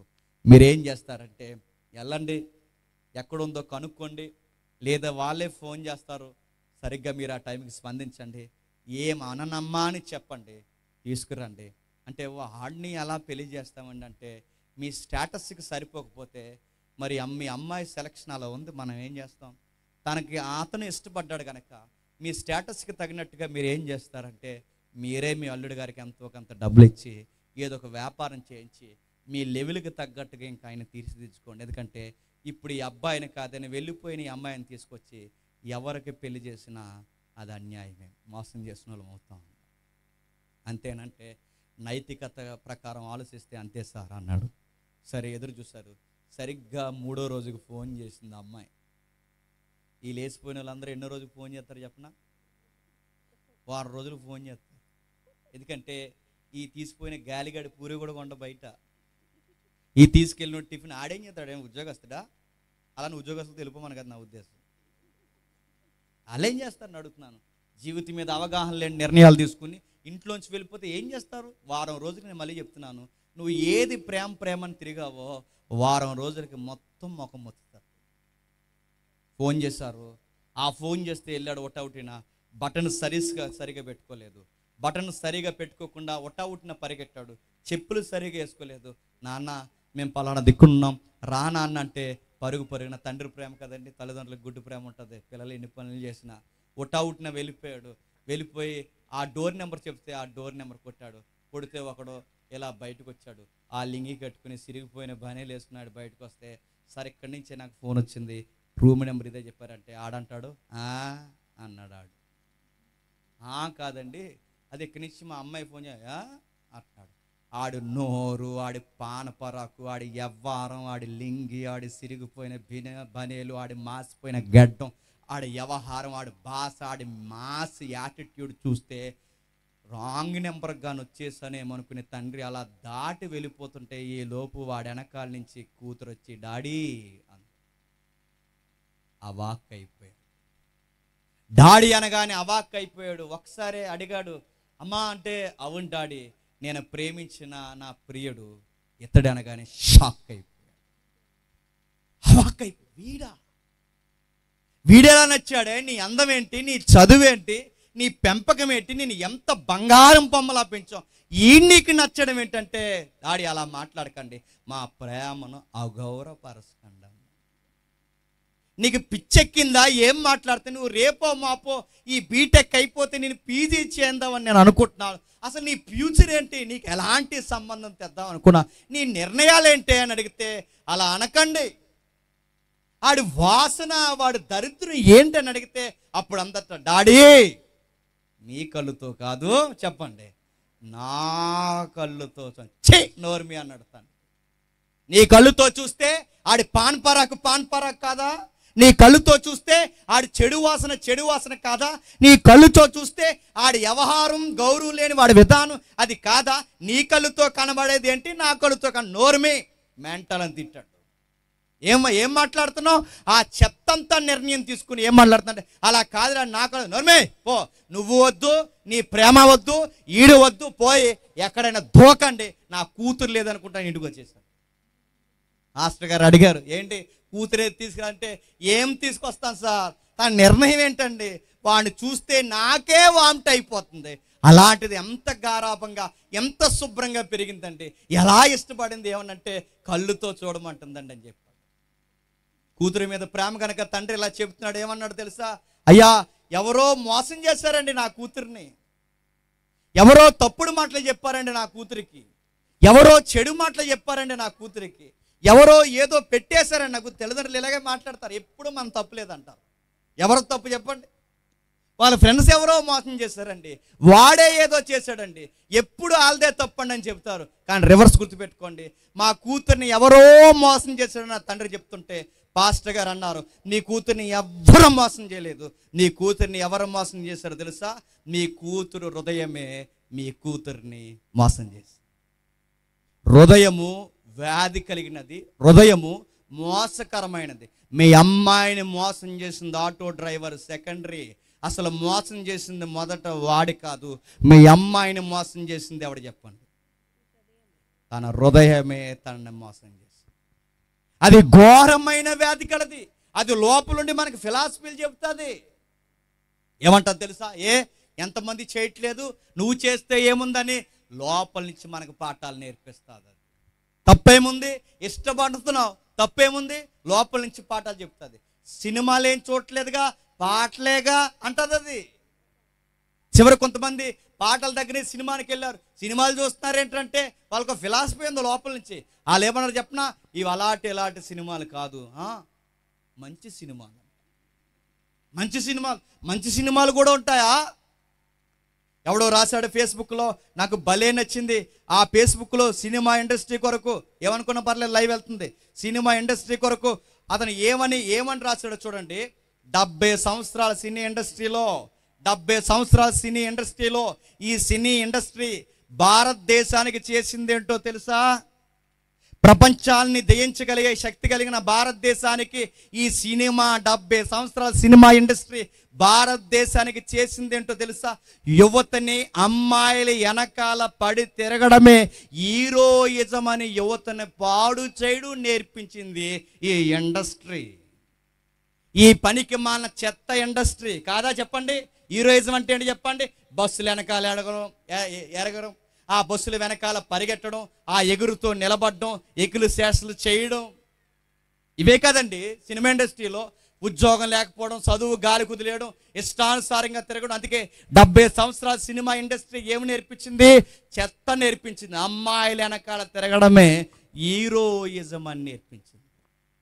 ఇప్పుడు చెప్పండి, వీళ్ళందరికీ ఈ పాఠాలు ఎవరు నేర్పించారు చెప్పండి? హృదయం నేర్పించింది. వాళ్ళు ఏమంటారు చెప్పనా? ఎవడు చెప్పింది వినకు, నీ హృదయం ఏది చెప్తే చెప్పండి అదే చెయ్యండి. బైబిల్ ఏం చెప్పనా? పెద్దోళ్ళు చెప్పింది విను.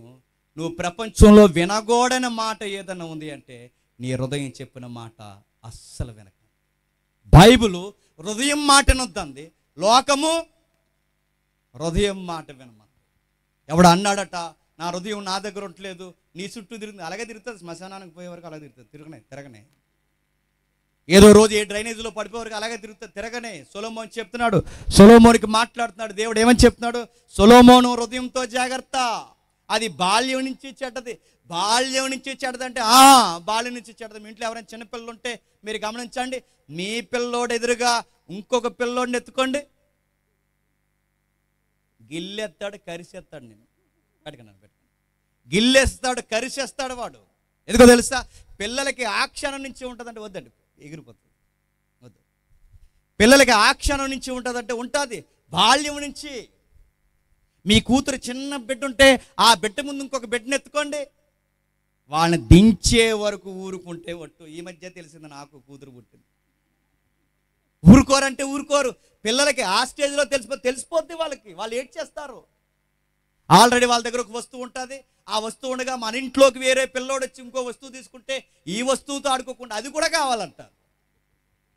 దీన్ని ఏమంటారు తెలుసా? బాల్యం నుంచి నరులకి సెల్ఫ్ ఉంటుంది. బాల్యం నుంచి చెడ్డది, నాది నాది నాది, నాకు నాకు నాది, నాకు నచ్చింది. దీన్నే హృదయము మనల్ని గైడ్ చేస్తారు. తప్పు కాదంటుంది, తను చెప్పింది చేయమంటుంది, అది రాత్రులు నీతో మాట్లాడుతుంది, పర్లేదంటుంది. మొబైల్లో కొన్ని సైట్స్కి అది లాక్ వేసేయమంటుంది. ఎన్ని నేర్పిస్తుందో. ఇగో ఎవరైనా చూస్తారు, హిస్టరీ డిలీట్ చేసే అంటుంది లోపల నుంచి. ఇదిగో పర్సనల్ నెంబర్లకి వేరే పేరెట్టు అన్నారట. ఆడెవడో వాళ్ళ నాన్న పేరులాగే ఉండాలని, ఆడెవడో మరి అదే రకమో ఆడికి కూడా డాడీ 2 అని ఇట్టాడంట. తాగిన మత్తులో ఆడు స్టార్ట్ చేస్తున్నాడు, అరే డాడీ ఆడు ఫోన్ చేసి ఇటు తాగేసి స్టార్ట్ చేస్తున్నాడు. ఆ ఫేస్బుక్లో చూశాను. అరే ఈరోజు కొంచెం ఎక్కువైందిరా, ఈరోజు రాలేకపోతున్నాను రా, కొంచెం నీరసంగా ఉందంటే పర్లేదు ఏదోలా ఇంటికి వచ్చారా అని అడిగాడట. అడిగితే రాలేకపోతున్నాడు అంటే, రాకపోతే చంపేస్తాడంటే, ఒరే నువ్వెందుకు చంపేస్తారో మా నాన్నకి చెప్పరా, మా నాన్న చంపేస్తాడంటే, రే మీ నాన్నేనరా అన్నాడు. అంటే ఆడాడి ఈడాడి ఒకటి అనుకున్నాడు వీడు. హృదయం చాలా జిమ్మిక్కులు నేర్పిస్తుంది. అదేమంటుంది తెలుసా? పర్లేదులే అంటది. అది లోపల ఉండి ఏమంటుంది తెలుసా? ఎవరు చేయట్లేదు అంటది. అది పాటలేగా అంటది, మంచి సినిమాలేగా అంటది, సీరియల్ చూస్తే ఏమైపోయింది ఎన్ని చెప్తుందో లోపలుండి. సొలొమోనుకి చెప్పాడు, దాని మాట వెనుక సొలొమోను నిన్ను ఈడ్చేస్తా. అది పర్లేదంటది. ఇలాంటి వంకర హృదయాన్ని కంట్రోల్ చేయాలి అంటే డాక్టర్ గారు థర్మామీటర్ కంట్రోల్ చేస్తుందా? ఎక్కడికన్నా తీసుకెళ్ళి దాన్ని స్కాన్ చేస్తే కొంచెం వంకర తిరిగిందని చెబుతుందా? దాన్ని కంట్రోల్ చేయాలి అంటే దాన్ని ఏ మెడిసిన్ కంట్రోల్ చేస్తుంది? పారాసిటమాల్ కంట్రోల్ చేస్తుంది దాన్ని తీసుకెళ్ళి ఏ ఆయుర్వేదం చేస్తే కంట్రోల్ చేస్తుందా? ఏదైనా పసర తాగితే కంట్రోల్ ఉంటుందా? దాన్ని ఏది కంట్రోల్ చేయలేదు. అసలు మెడికల్ టెంపర్లో దాని థాట్స్ని అదుపులో పెట్టేది ఎవరు లేరు. హృదయాన్ని ఆపగలిగేది ఒకే ఒక్కటి, వాక్యం. గుర్తుపెట్టు. బైబిల్ ఏముందో తెలుసా? ప్రభువా ఇదిగో నా నడకలు బాగుండాలి అంటే, నా పడక అర్థవంతంగా ఉండాలి అంటే, నా మాటలు సరిగ్గా నీకు ఇంపుగా ఉండాలి అంటే, ప్రభువా నేను నేర్చుకున్నాను నా ఎదుట నీ వాక్యాన్ని ఉంచుకున్నాను. నా హృదయంలో నీ వాక్యాన్ని ఉంచుకున్నాను, నా వెలుపల నీ వాక్యాన్ని ఉంచుకున్నాను. అంటే నేను ఎలా నడవాలో, ఎలా మాట్లాడాలో, ఎలా పని చేయాలో, ఎలా సంసారం చేయాలో ఇవన్నీ నాకు తెలియాలి అంటే ఒక్కటే సూత్రం ప్రభువా.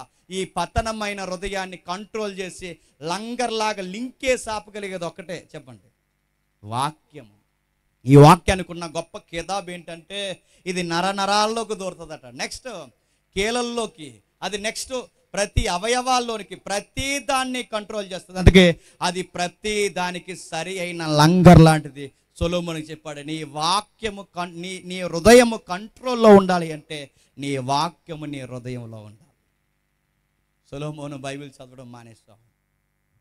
ఒకప్పుడు చదివితే ఎలా ఉండేవాడివి, ఇప్పుడు చదవడం మానేసి ఎలాగైపోయావు. సొలొమోనుకి చెప్తున్నాడు, ఎంత చెప్పినా సొలొమోను గారికి పెద్ద లెక్కలేని విధంగా వెళ్ళిపోయాడు. అక్కడ రాయబడిన మాట చూడండి, హృదయం హృదయం హృదయం హృదయం అని రాశాడు. భయమేసే మాట ఏంటో తెలుసా? ఆ 10వ అధ్యాయం 23వ వచనంలో చదువుకుంటే తన హృదయంలో దేవుణ్ణి పట్టుకుని నడిచాడని ఉంటాయి. చదవండి ఒకసారి. ఈ ప్రకారము రాజు అయిన సొలొమోను ధనము చేతను జ్ఞానము చేతను భూపతులందరిలో అధికుడై ఉండెను. అతని హృదయమందు దేవుడు ఉంచిన జ్ఞానవాక్కులను వినుటకై లోకులందరూ అతని చూడగోరిరి. ఏర్పాటైన ప్రతి మనిషి వెండి వస్తువులు గాని, బంగారు వస్తువులు గాని, వస్త్రములు గాని, యుద్ధాయుధములు గాని, గంధవర్గములు గాని, గుర్రములు గాని. ఏంటట? ఎలా నడుస్తున్నాడట? ప్రతి జ్ఞానికి, ప్రతి ఒక్కరికి ఒక మాదిరికరమైన రోల్ మోడల్గా ఉన్నాడండి. దేవుని చేత నడుస్తున్నాడట. ఇప్పుడు స్టేజ్లు మీరు ఆలోచించండి. హృదయము చేత నడవబడుతున్న ముందు దేవుని చేత నడిచాడు, అంతకుముందు బైబిల్ చేత నడిచాడు, దేవుని చేత నడిపింపబడ్డాడు. ఇప్పుడు మీరు చూడండి, ఆయన హృదయంలోనికి ఏమొచ్చిందట? అక్కడ రాస్తున్నాడు చూడండి, 11వ అధ్యాయం 2వ వచనంలో, మోహము, కామము, ధనము, సుఖము ఆయన హృదయంలోకి వచ్చేసాయి. అంతకుముందు ఆయన హృదయంలో ఏముండేది చెప్పండి? వాక్యం ఉండేది. ఇప్పుడు ఆయన హృదయంలోకి ఏమొచ్చింది చెప్పండి? కామం వచ్చింది, మోహం వచ్చింది. ఆయన హృదయంలో సుఖం అనేది తెస్టేసి కూర్చుంది. అంటే వాక్యం ఒక్కసారి పక్కకు పోతే హృదయంలోకి ఎలాంటి దరిద్రాలు వస్తాయి తెలుసా? మోహము, కామము మన హృదయం అనే సింహాసనం మీద కూర్చుంది. అది మంచిది కాదు, అది బాల్యం నుంచి చెడ్డది. వాక్యాలు ఎవరు చదవకపోతే వాళ్ళ పనులు చాలా ఘోరంగా ఉంటాయి. మీరు చూడండి, ఎవరైతే బైబిల్తో సహవాసం ఉండదో వాళ్ళు ఎంత మంచి పాటలు పాడినా వాళ్ళు బయటకు వెళ్ళిపోయిన తర్వాత వాళ్ళ తీర్థనలు చూడండి ఎలా ఉంటాయి. ఎంత గొప్ప ప్రసంగికుడైనా ఎవ్రీడే బైబిల్ స్టడీ లేకపోతే వాళ్ళ పనులు ఎలా ఉంటాయో బయటకు వెళ్ళి చూడండి. అంటే ప్రజలు ఉన్నప్పుడు ఒకలా ఉంటారు, ప్రజలు లేనప్పుడు మరోలా ఉంటారు. సొలొమోను పూర్తిగా మారిపోయాడు. ధనము చేత నడిపింపబడుతున్నాడు, మోహము చేత నడిపింపబడుతున్నాడు, కామము చేత నడిపింపబడుతున్నాడు. ఇప్పుడు ఏకంగా పరిస్థితి దిగజారిపోయింది, స్త్రీల చేత నడిపింపబడుతున్నాడట. ఎవరి చేత? స్త్రీల అంటే సొలొమోను పాడైపోయింది స్త్రీల దగ్గర కాదు. ఎక్కడి నుంచి పాడైపోయాడు చెప్పండి? బైబుల్ చదవని రోజు నుంచి పాడైపోయాడు. బైబుల్ ఎప్పుడైతే చదవలేదో ఆ రోజు నుంచి పాడైపోయాడు.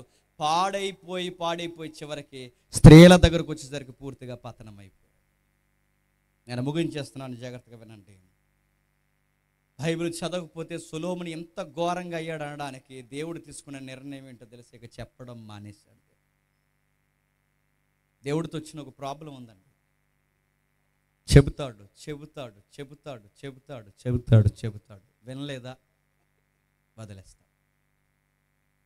దేవుడు వదిలేస్తే ఏమవుద్ది? దేవుడు అతిపెద్ద శిక్ష ఏ విధిస్తాడో తెలుసా? వదిలేస్తాడు. ఇంకేమండండి. బైబిల్లో కొన్ని మాటలు ఉన్నాయి. ఇదిగో యవనస్తులు కానీ ఎవరైనా నడి వయసులో ఉన్నవారు కానీ వారికి ఎంత చెప్పిన వింటలేదా? వారి హృదయం యొక్క ఇష్టం చొప్పున వదిలే అన్నాడు. వాడు ఆలోచన నచ్చినట్టు చేస్తున్నాడు, వదిలే అన్నాడు.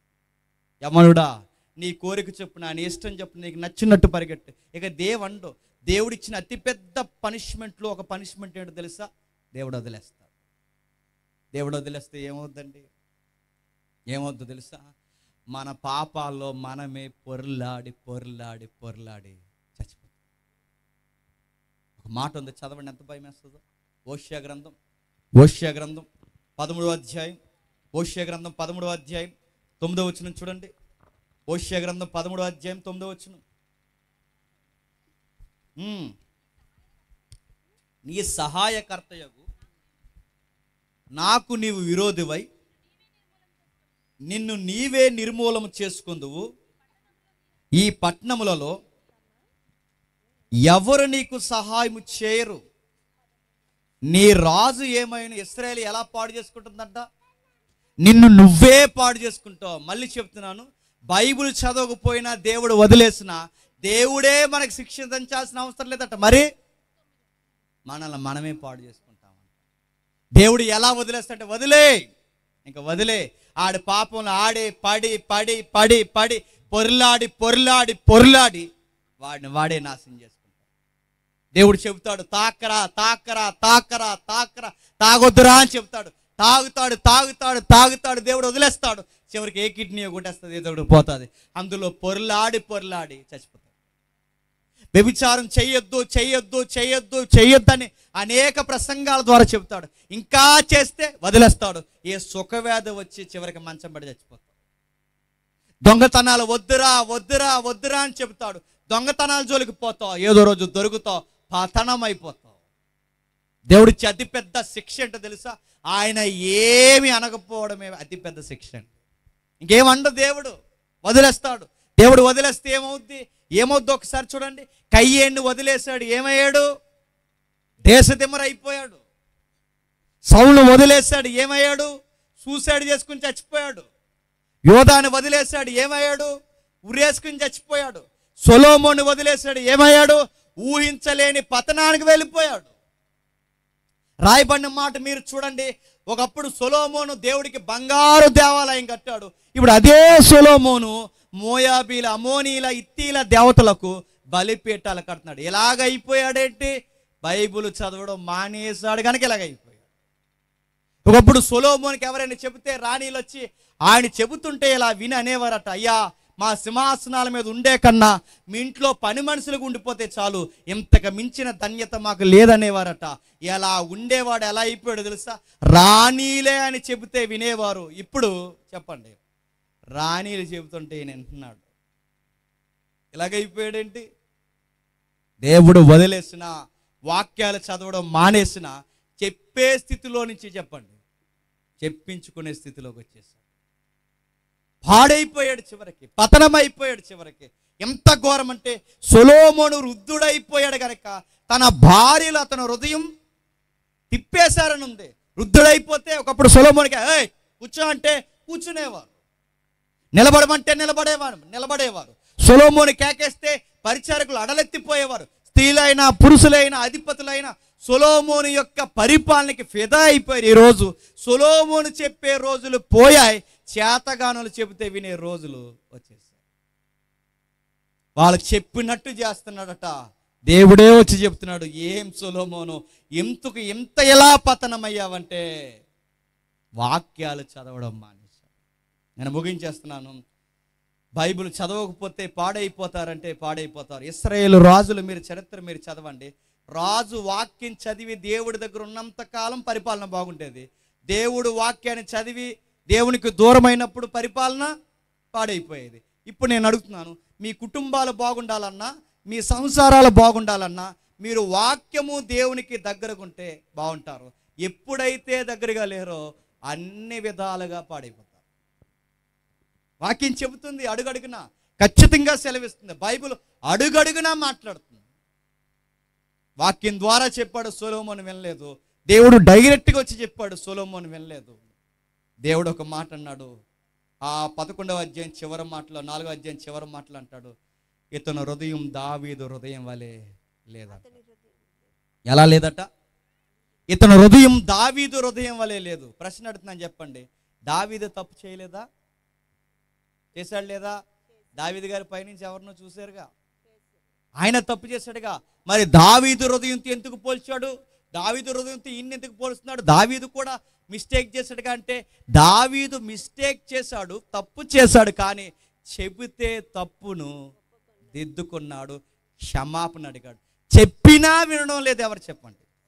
సొలొమోను. చెప్పినా వినకపోతే సొలొమోనే పాడైతే, ఈరోజు సొలొమోను కన్నా గొప్పలం కాదు మనం. ఈ రాత్రి నేను చెబుతున్నాను, ఎంత చెప్పినా మీరు చదవకపోతే, ఎంత చెప్పినా దేవుడికి దగ్గర లేకపోతే ఏమవుతారు? ఎవ్వరు పాడు చేసిన అవసరం లేదు. అవశ్యాలు ఉంది, నిన్ను నువ్వే ఎలా పాడు చేసుకుంటావు. మమ్మల్ని వాళ్ళ పాడు చేశారు, వీళ్ళ పాడు చేశారు కాదు. బైబిల్ చెప్తుంది, నీ హృదయమే నిన్ను పాడు చేస్తుంది, నీ మనస్సే నిన్ను పాడు చేస్తుంది. నీ థాట్స్ భయంకరంగా నిన్ను కృంగదీస్తే నేను డిప్రెషన్లోకి నడిపిస్తాను. నీకు లైఫ్ పర్పస్ తెలియదు, నీకు జీవితం ఎలా ఉండాలి నీకు అర్థం కాదు. చూడండి, వార్తల్లో తిరుగుతుంది, వాడెవడో ఇంకొక ఆవిడెవరో చనిపోతే ఈడ ఆత్మహత్య చేసుకుని చచ్చిపోయాడు. అందుకు పుట్టావా? వయసు మళ్ళింది, నడి వయసు దాటింది, బుద్ధి జ్ఞానం లేదా?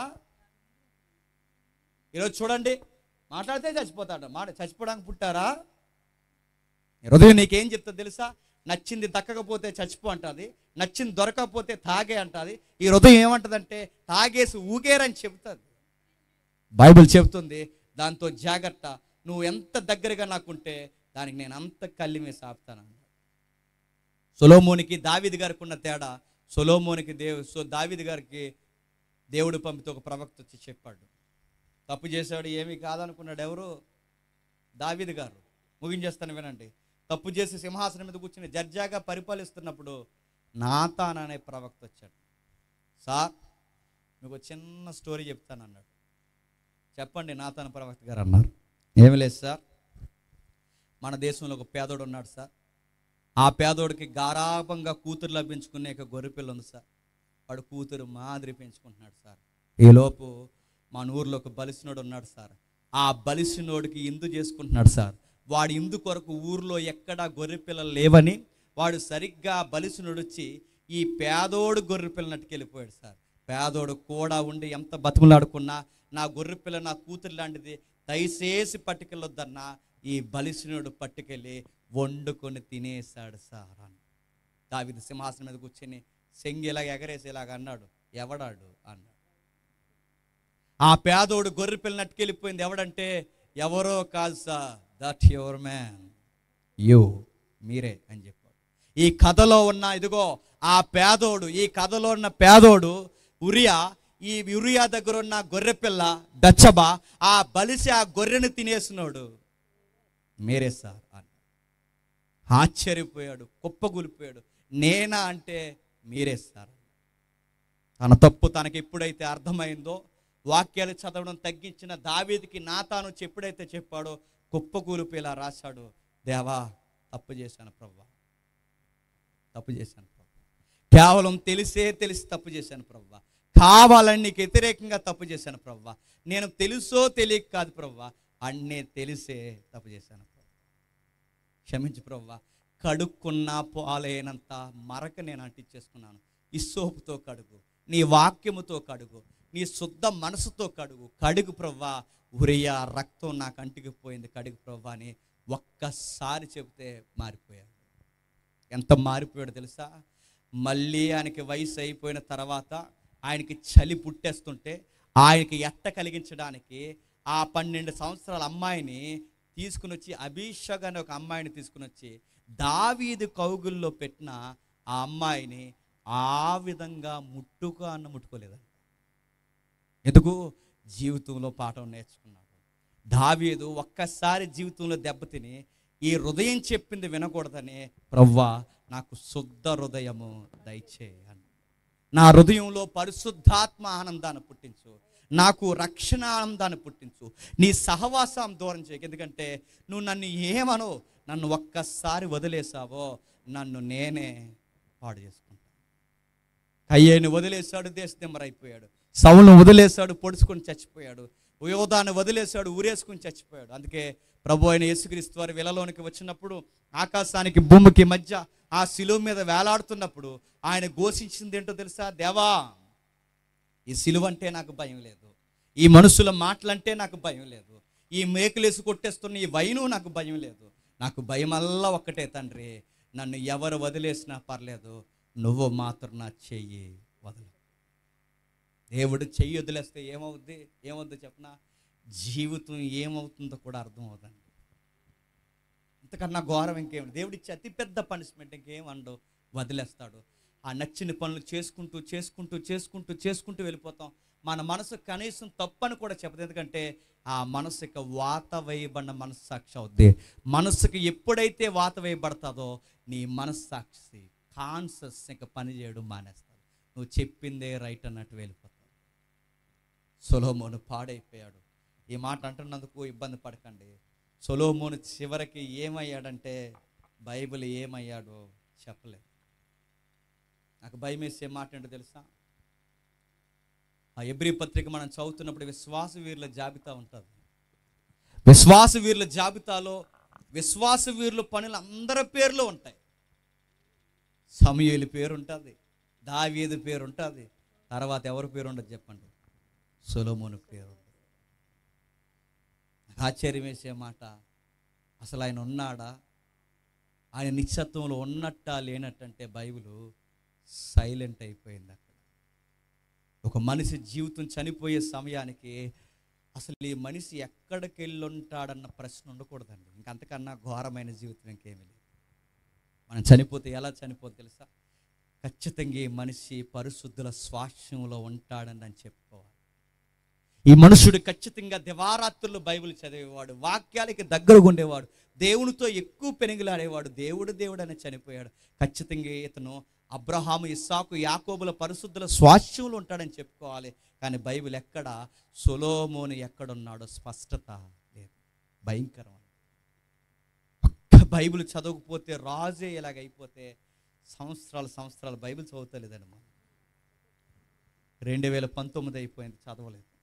2020 కరోనా వచ్చింది, చదవలేదు. 2022 వచ్చింది, 2021 దాటింది, 2023 వచ్చింది, 2024లోకి వచ్చాం. ఎలా పెట్టుకున్న బైబిల్ అలాగే పెట్టుకున్నాం. నేను అడుగుతున్నాను, ఏ ధైర్యంతో బతుకుతున్నారు చెప్పండి? ఈ బైబిల్ మీరు చదవకపోతే నేను చెబుతున్నాను, మళ్ళీ నేను చెప్తున్నాను, మేము ప్రసంగాలు విన్నాం, మేము సభలకు వచ్చాం, మేము ప్రభురాత్రి భోజనంలో చేతులు ముంచుతామంటే ఇవన్నీ తర్వాత. అన్నిటికన్నా ముఖ్యంగా దేవారాత్రు బైబిల్ చదవాలి, ధ్యానించాలి. దాన్ని చదవాలి, ధ్యానించాలి. ఎందుకంటే నా పాదాలకి దీపం ఏమని రాయబడింది? వాక్యం. పాదాలకు దీపం అంటే నేను ఎలా నడవాలో, ఎలా మాట్లాడాలో, భార్యని ఎలా ప్రేమించాలో, భర్తకి ఎలా లోబడాలో, పిల్లల్ని ఎలా పెంచాలో, ఇవన్నీ ఎవరు నేర్పిస్తారు చెప్పండి? వాక్యం నేర్పిస్తారు. ఈ వాక్యం చదివితేనే బాగుపడతాం. ఈ వాక్యాన్ని ఎప్పుడైతే మనం చదివి ధ్యానిస్తామో ఈ పతనం అయిపోయిన హృదయం కంట్రోల్లో ఉంచగలుగుతాం. అందుకే మీరు డిఫరెన్స్ మీరు కనిపెట్టండి. 10 రోజులు కంటిన్యూగా బైబిల్ చదివిన జీవితం ఎలా ఉంటుందో చూడండి, 10 రోజులు బైబిల్ చదవకుండా ఆ జీవితం ఎలా ఉంటుందో చూడండి. రెండింటికి వ్యత్యాసం మీకు తెలుస్తుంది. చూడండి, వాక్యం చదివినప్పుడు మీ మాటలు ఎలా ఉంటాయి, వాక్యం చదవలేని రోజుల్లో మీ మాటలు ఎలా ఉంటాయి చూసుకోండి, మీకే అర్థమైపోతుంది. భక్తిగా ఉన్నప్పుడు జీవితం ఆనందంగా ఉంటుంది, తృప్తిగా. భక్తి లేనప్పుడు గుర్తుపెట్టుకోండి, అన్నీ ఉన్నాయి అనుకుంటాం కానీ ఏముండదు చెప్పండి, తృప్తి ఉండదు. నేను ముగించేస్తున్నాను. మొదటి రాజుల గ్రంథం 2వ అధ్యాయం చూడండి. మొదటి రాజుల గ్రంథం 2వ అధ్యాయం, మొదటి రాజుల గ్రంథం 2వ అధ్యాయం మొదటి 4 వచనాలు చూడండి. దావీదునకు మరణకాలం సమీపింపగా అతడు తన కుమారుడైన సొలొమోనుకు ఎలాగో ఆజ్ఞ ఇచ్చెను. లోకులందరూ పోవలసిన మార్గమును నేను పోవచ్చున్నాను, కాబట్టి నీవు ధైర్యం తెచ్చుకుని నిబ్బరము కలిగి నీ దేవుడైన యెహోవా అప్పగించిన దాన్ని నీకు అప్పగించిన దాన్ని కాపాడి ఆయన మార్గములను అనుసరించిన ఎడల. ఏం చెబుతున్నాడండి? జరుగుతున్న సందర్భం ఏంటి? దావీదు చనిపోతున్నాడు. నాయనా సొలొమోను ఇలారా, నీకు మాట చెప్పాలి, ఇక నా జీవిత మరణకాలం వచ్చేసింది, నాకు మరణం నా కళ్ళ ముందే కనబడుతుంది, ఇలా రా, లోకులందరూ పోవలసిన మార్గాన్ని నేను వెళ్ళిపోతున్నాను, లోకమంతా వెళ్ళవలసిన మరణకాలంలోకి వెళ్ళిపోతున్నాను, వెళ్ళిపోయే ముందు నీకు మర్మాన్ని చెప్పి చచ్చిపోతాను. జీవితంలో చేదేంటో తెలుసు, జీవితంలో తీపేంటో తెలుసు, జీవితంలో అన్నీ నాకు తెలుసు, నా అనుభవం చెబుతున్నాను రా, నా కుమారుడైలా రా, నువ్వేం చేస్తావంటే నీ దేవుడైన యెహోవా నీకు అప్పగించిన దాన్ని కాపాడి ఆయన మార్గములను అనుసరించిన యెడల నీవు ఏ పని పూనుకొనినా ఎక్కడ తిరిగినా అన్నిటిలో వివేకముగా నడుచుకుందువు. మోసే ధర్మశాస్త్రంలో రాయబడిన దేవుని కట్టడలను, ఆయన నియమించిన ధర్మశాస్త్రం అంతటిని, ఆయన న్యాయ విధుల శాసనములను బాగుగా గైకొనుము. అప్పుడు నువ్వు ఏ పని చేసినా సక్సెస్ అవుతావు. ఇప్పుడు చెప్పండి, మన చదువులు అదిరిపోవాలి అంటే ఏం చదవాలి చెప్పండి? అక్కడ ఉంది, యెహోవా ఇచ్చిన ధర్మశాస్త్రాన్ని ధ్యానించాలి, యెహోవా ఇచ్చిన కట్టడలు పాటించాలి. మీ ఉద్యోగాల్లో ప్రతిఫలాలు చూడాలంటే ఏమి ధ్యానించాలి చెప్పండి? వాక్యము చదవాలి.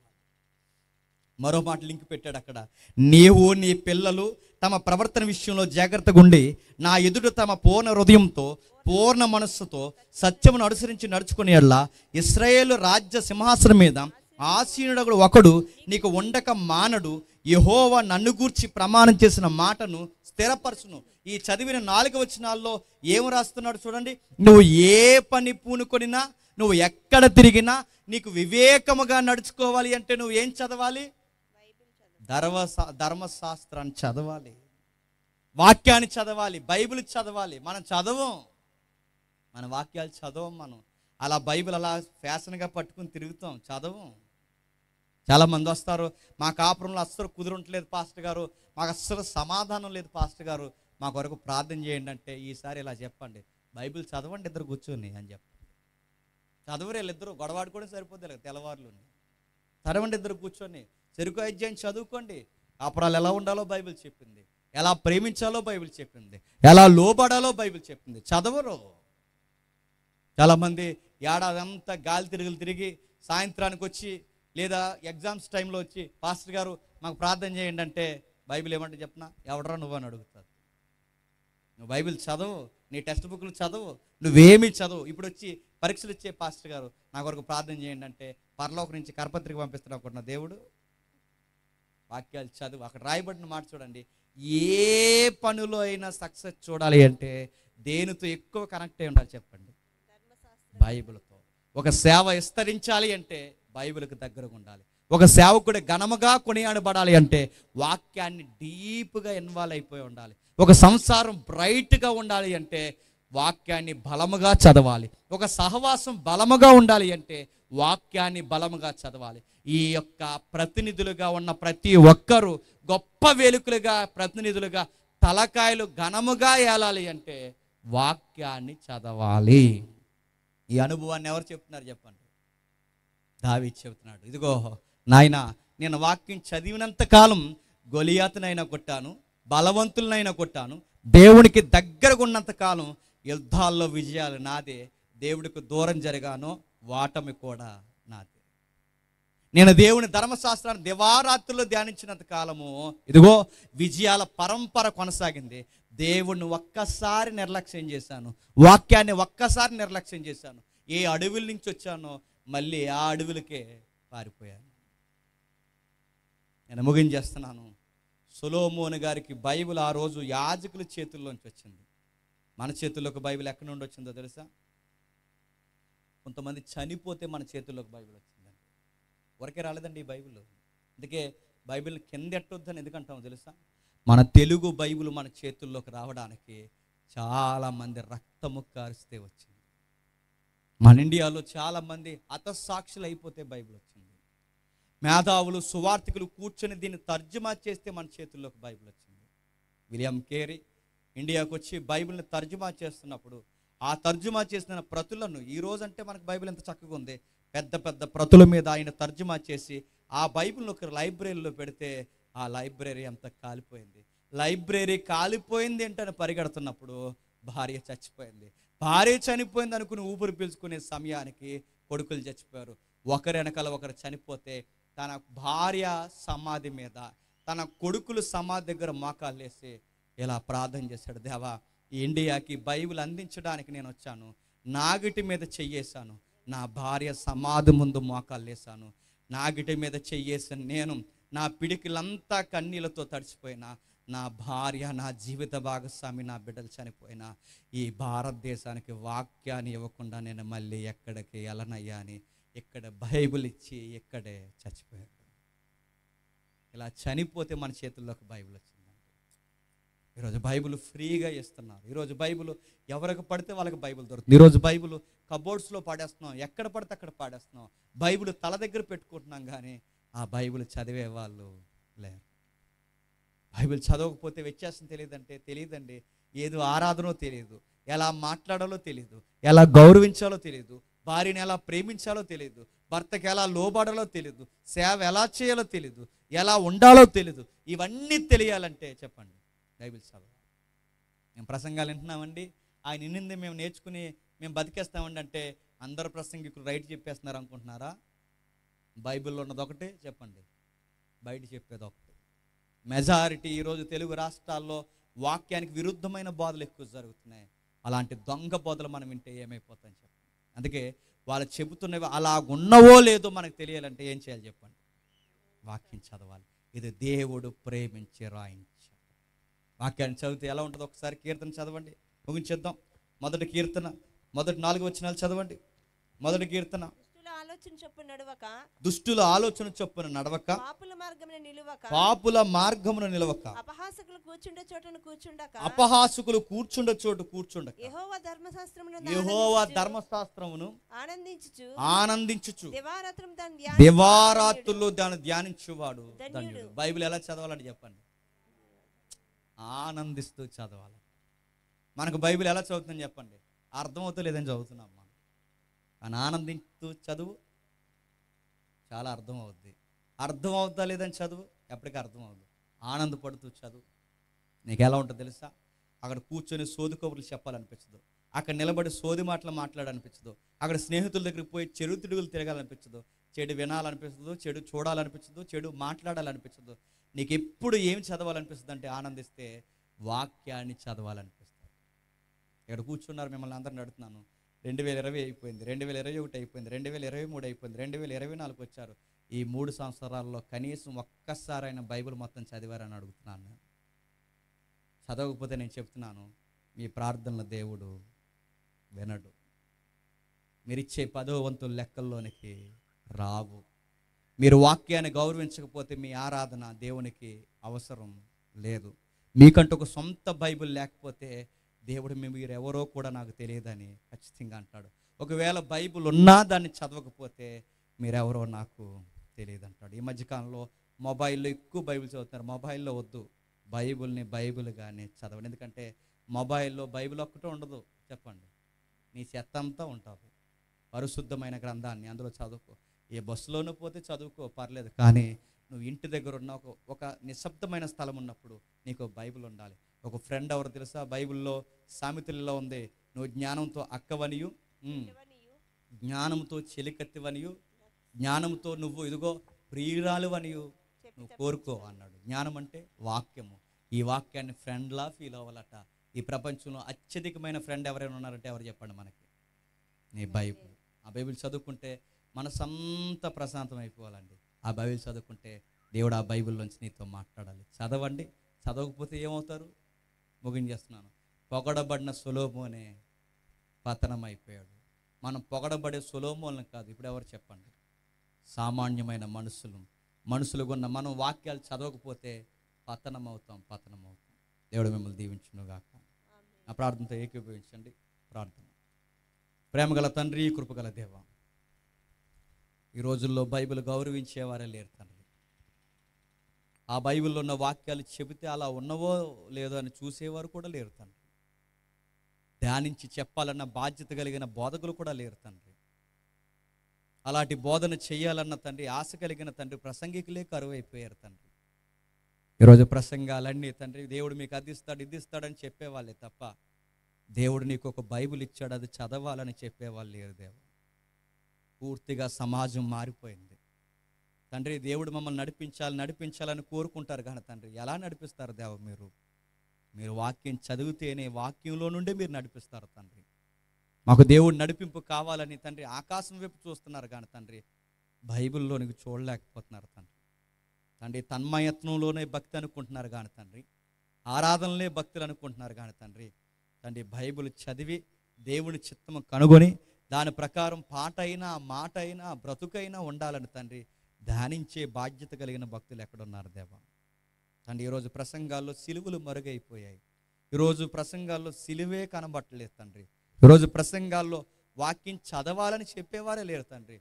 జోకులు, కథలు, కామెడీలు వేసుకుంటూ తండ్రి ప్రసంగాలు ముగించేసే వాళ్ళు అయిపోయారు కానీ తండ్రి ఒక అధ్యాయాన్ని తీసి వాటికి వచనాలు కలిపి అధ్యాయాలుగా వివరించే బోధకులు లేరు. ఒకవేళ ఉన్నా వినేంత విశ్వాసులు ఓపుకున్నవారు లేరు తండ్రి. అయినను ఇలాంటి తరాల్లో తండ్రి మాలాంటి వారిని మీరు వాడుకుని తండ్రి వినగలిగేలాంటి ప్రజలను మీరు రేపుతున్నందుకు మీకు స్తుతులు స్తోత్రములు దేవా. తండ్రి వాక్యం విన్నారు, దాని సారము గ్రహించారు. ఈ రోజు నుంచే తండ్రి వారికి కంకణం కట్టుకుని ఈ ఏడాది మొత్తంలో కనీసం 2 సార్లు అయినా నేను బైబిల్ పూర్తి చేయాలని వారికి అర్థమయ్యేలా తండ్రి మీ వాక్యాన్ని వివరించాం తండ్రి. అది పాటించిన వారు ధన్యులు. నిజంగా తండ్రి మనసు పెట్టి చదవకపోతే వాక్యం అర్థం కాదు దేవా. మనసు పెట్టి చదివితే వాక్యం అర్థం కాదనే మాట కన్నా ఆనందంగా ఉందన్న మాట ఎక్కువ అవుతుంది తండ్రి. తండ్రి ఎవరైనా సాదాసీదా అక్షరాలు ఎరిగిన వారు వాక్యం చదివితే అర్థం కాదు తండ్రి. అక్షరాల వెనకాల సారం ఏంటి తండ్రి అని అడిగిన వారికి అర్థమవుతుంది.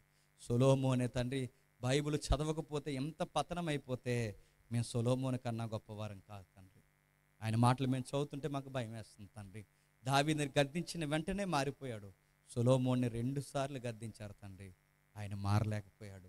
చివరికి ఆయన ఏమైపోయాడో కూడా తండ్రి ఈ రోజుకి ప్రశ్నార్థకమే. కొందరేమో ఆయన పరలోకంలో ఉన్నాడంటారు, కొందరేమో ఆయన పతనం అయిపోయాడంటారు తండ్రి. ఈ మధ్యస్థంలో తండ్రి ఆయన జీవితం ఇరుక్కుపోయింది తండ్రి. అంత మేధావి, ప్రజల చేత, అధిపతుల చేత, రాజుల చేత పొగడబడిన వాడే ప్రశ్నార్థకమైపోతే మాలాంటి సామాన్యులం తండ్రి బైబిల్ పట్టుకుని ఏ రోజు దాన్ని చదవకపోతే మేము ఏమైపోతామో దేవా. మా పాదాలకి దీపము నీ వాక్యమే, మా హృదయానికి కళ్యము మీ వాక్యమే, మా కన్నుల ఎదుట తండ్రి బాస్వబిందులుగా ఉన్నవి తండ్రి వాక్యమే. మీ వాక్యమే తండ్రి తెల్లవారితే మమ్మల్ని నడిపించాల్సింది మీ వాక్యమే తండ్రి.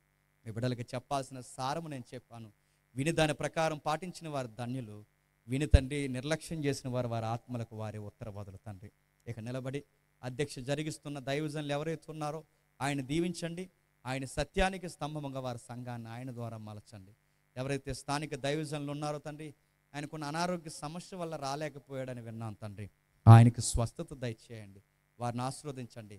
సంఘ పెద్దలు ఎవరైతే ఉన్నారో తండ్రి వారిని కూడా దీవించండి. వారి కుటుంబాలని వారిని మాదిరికరంగా నిలబెట్టండి.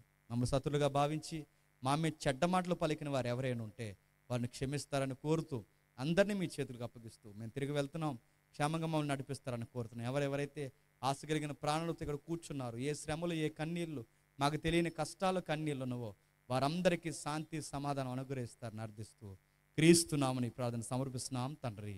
Amen, amen, amen.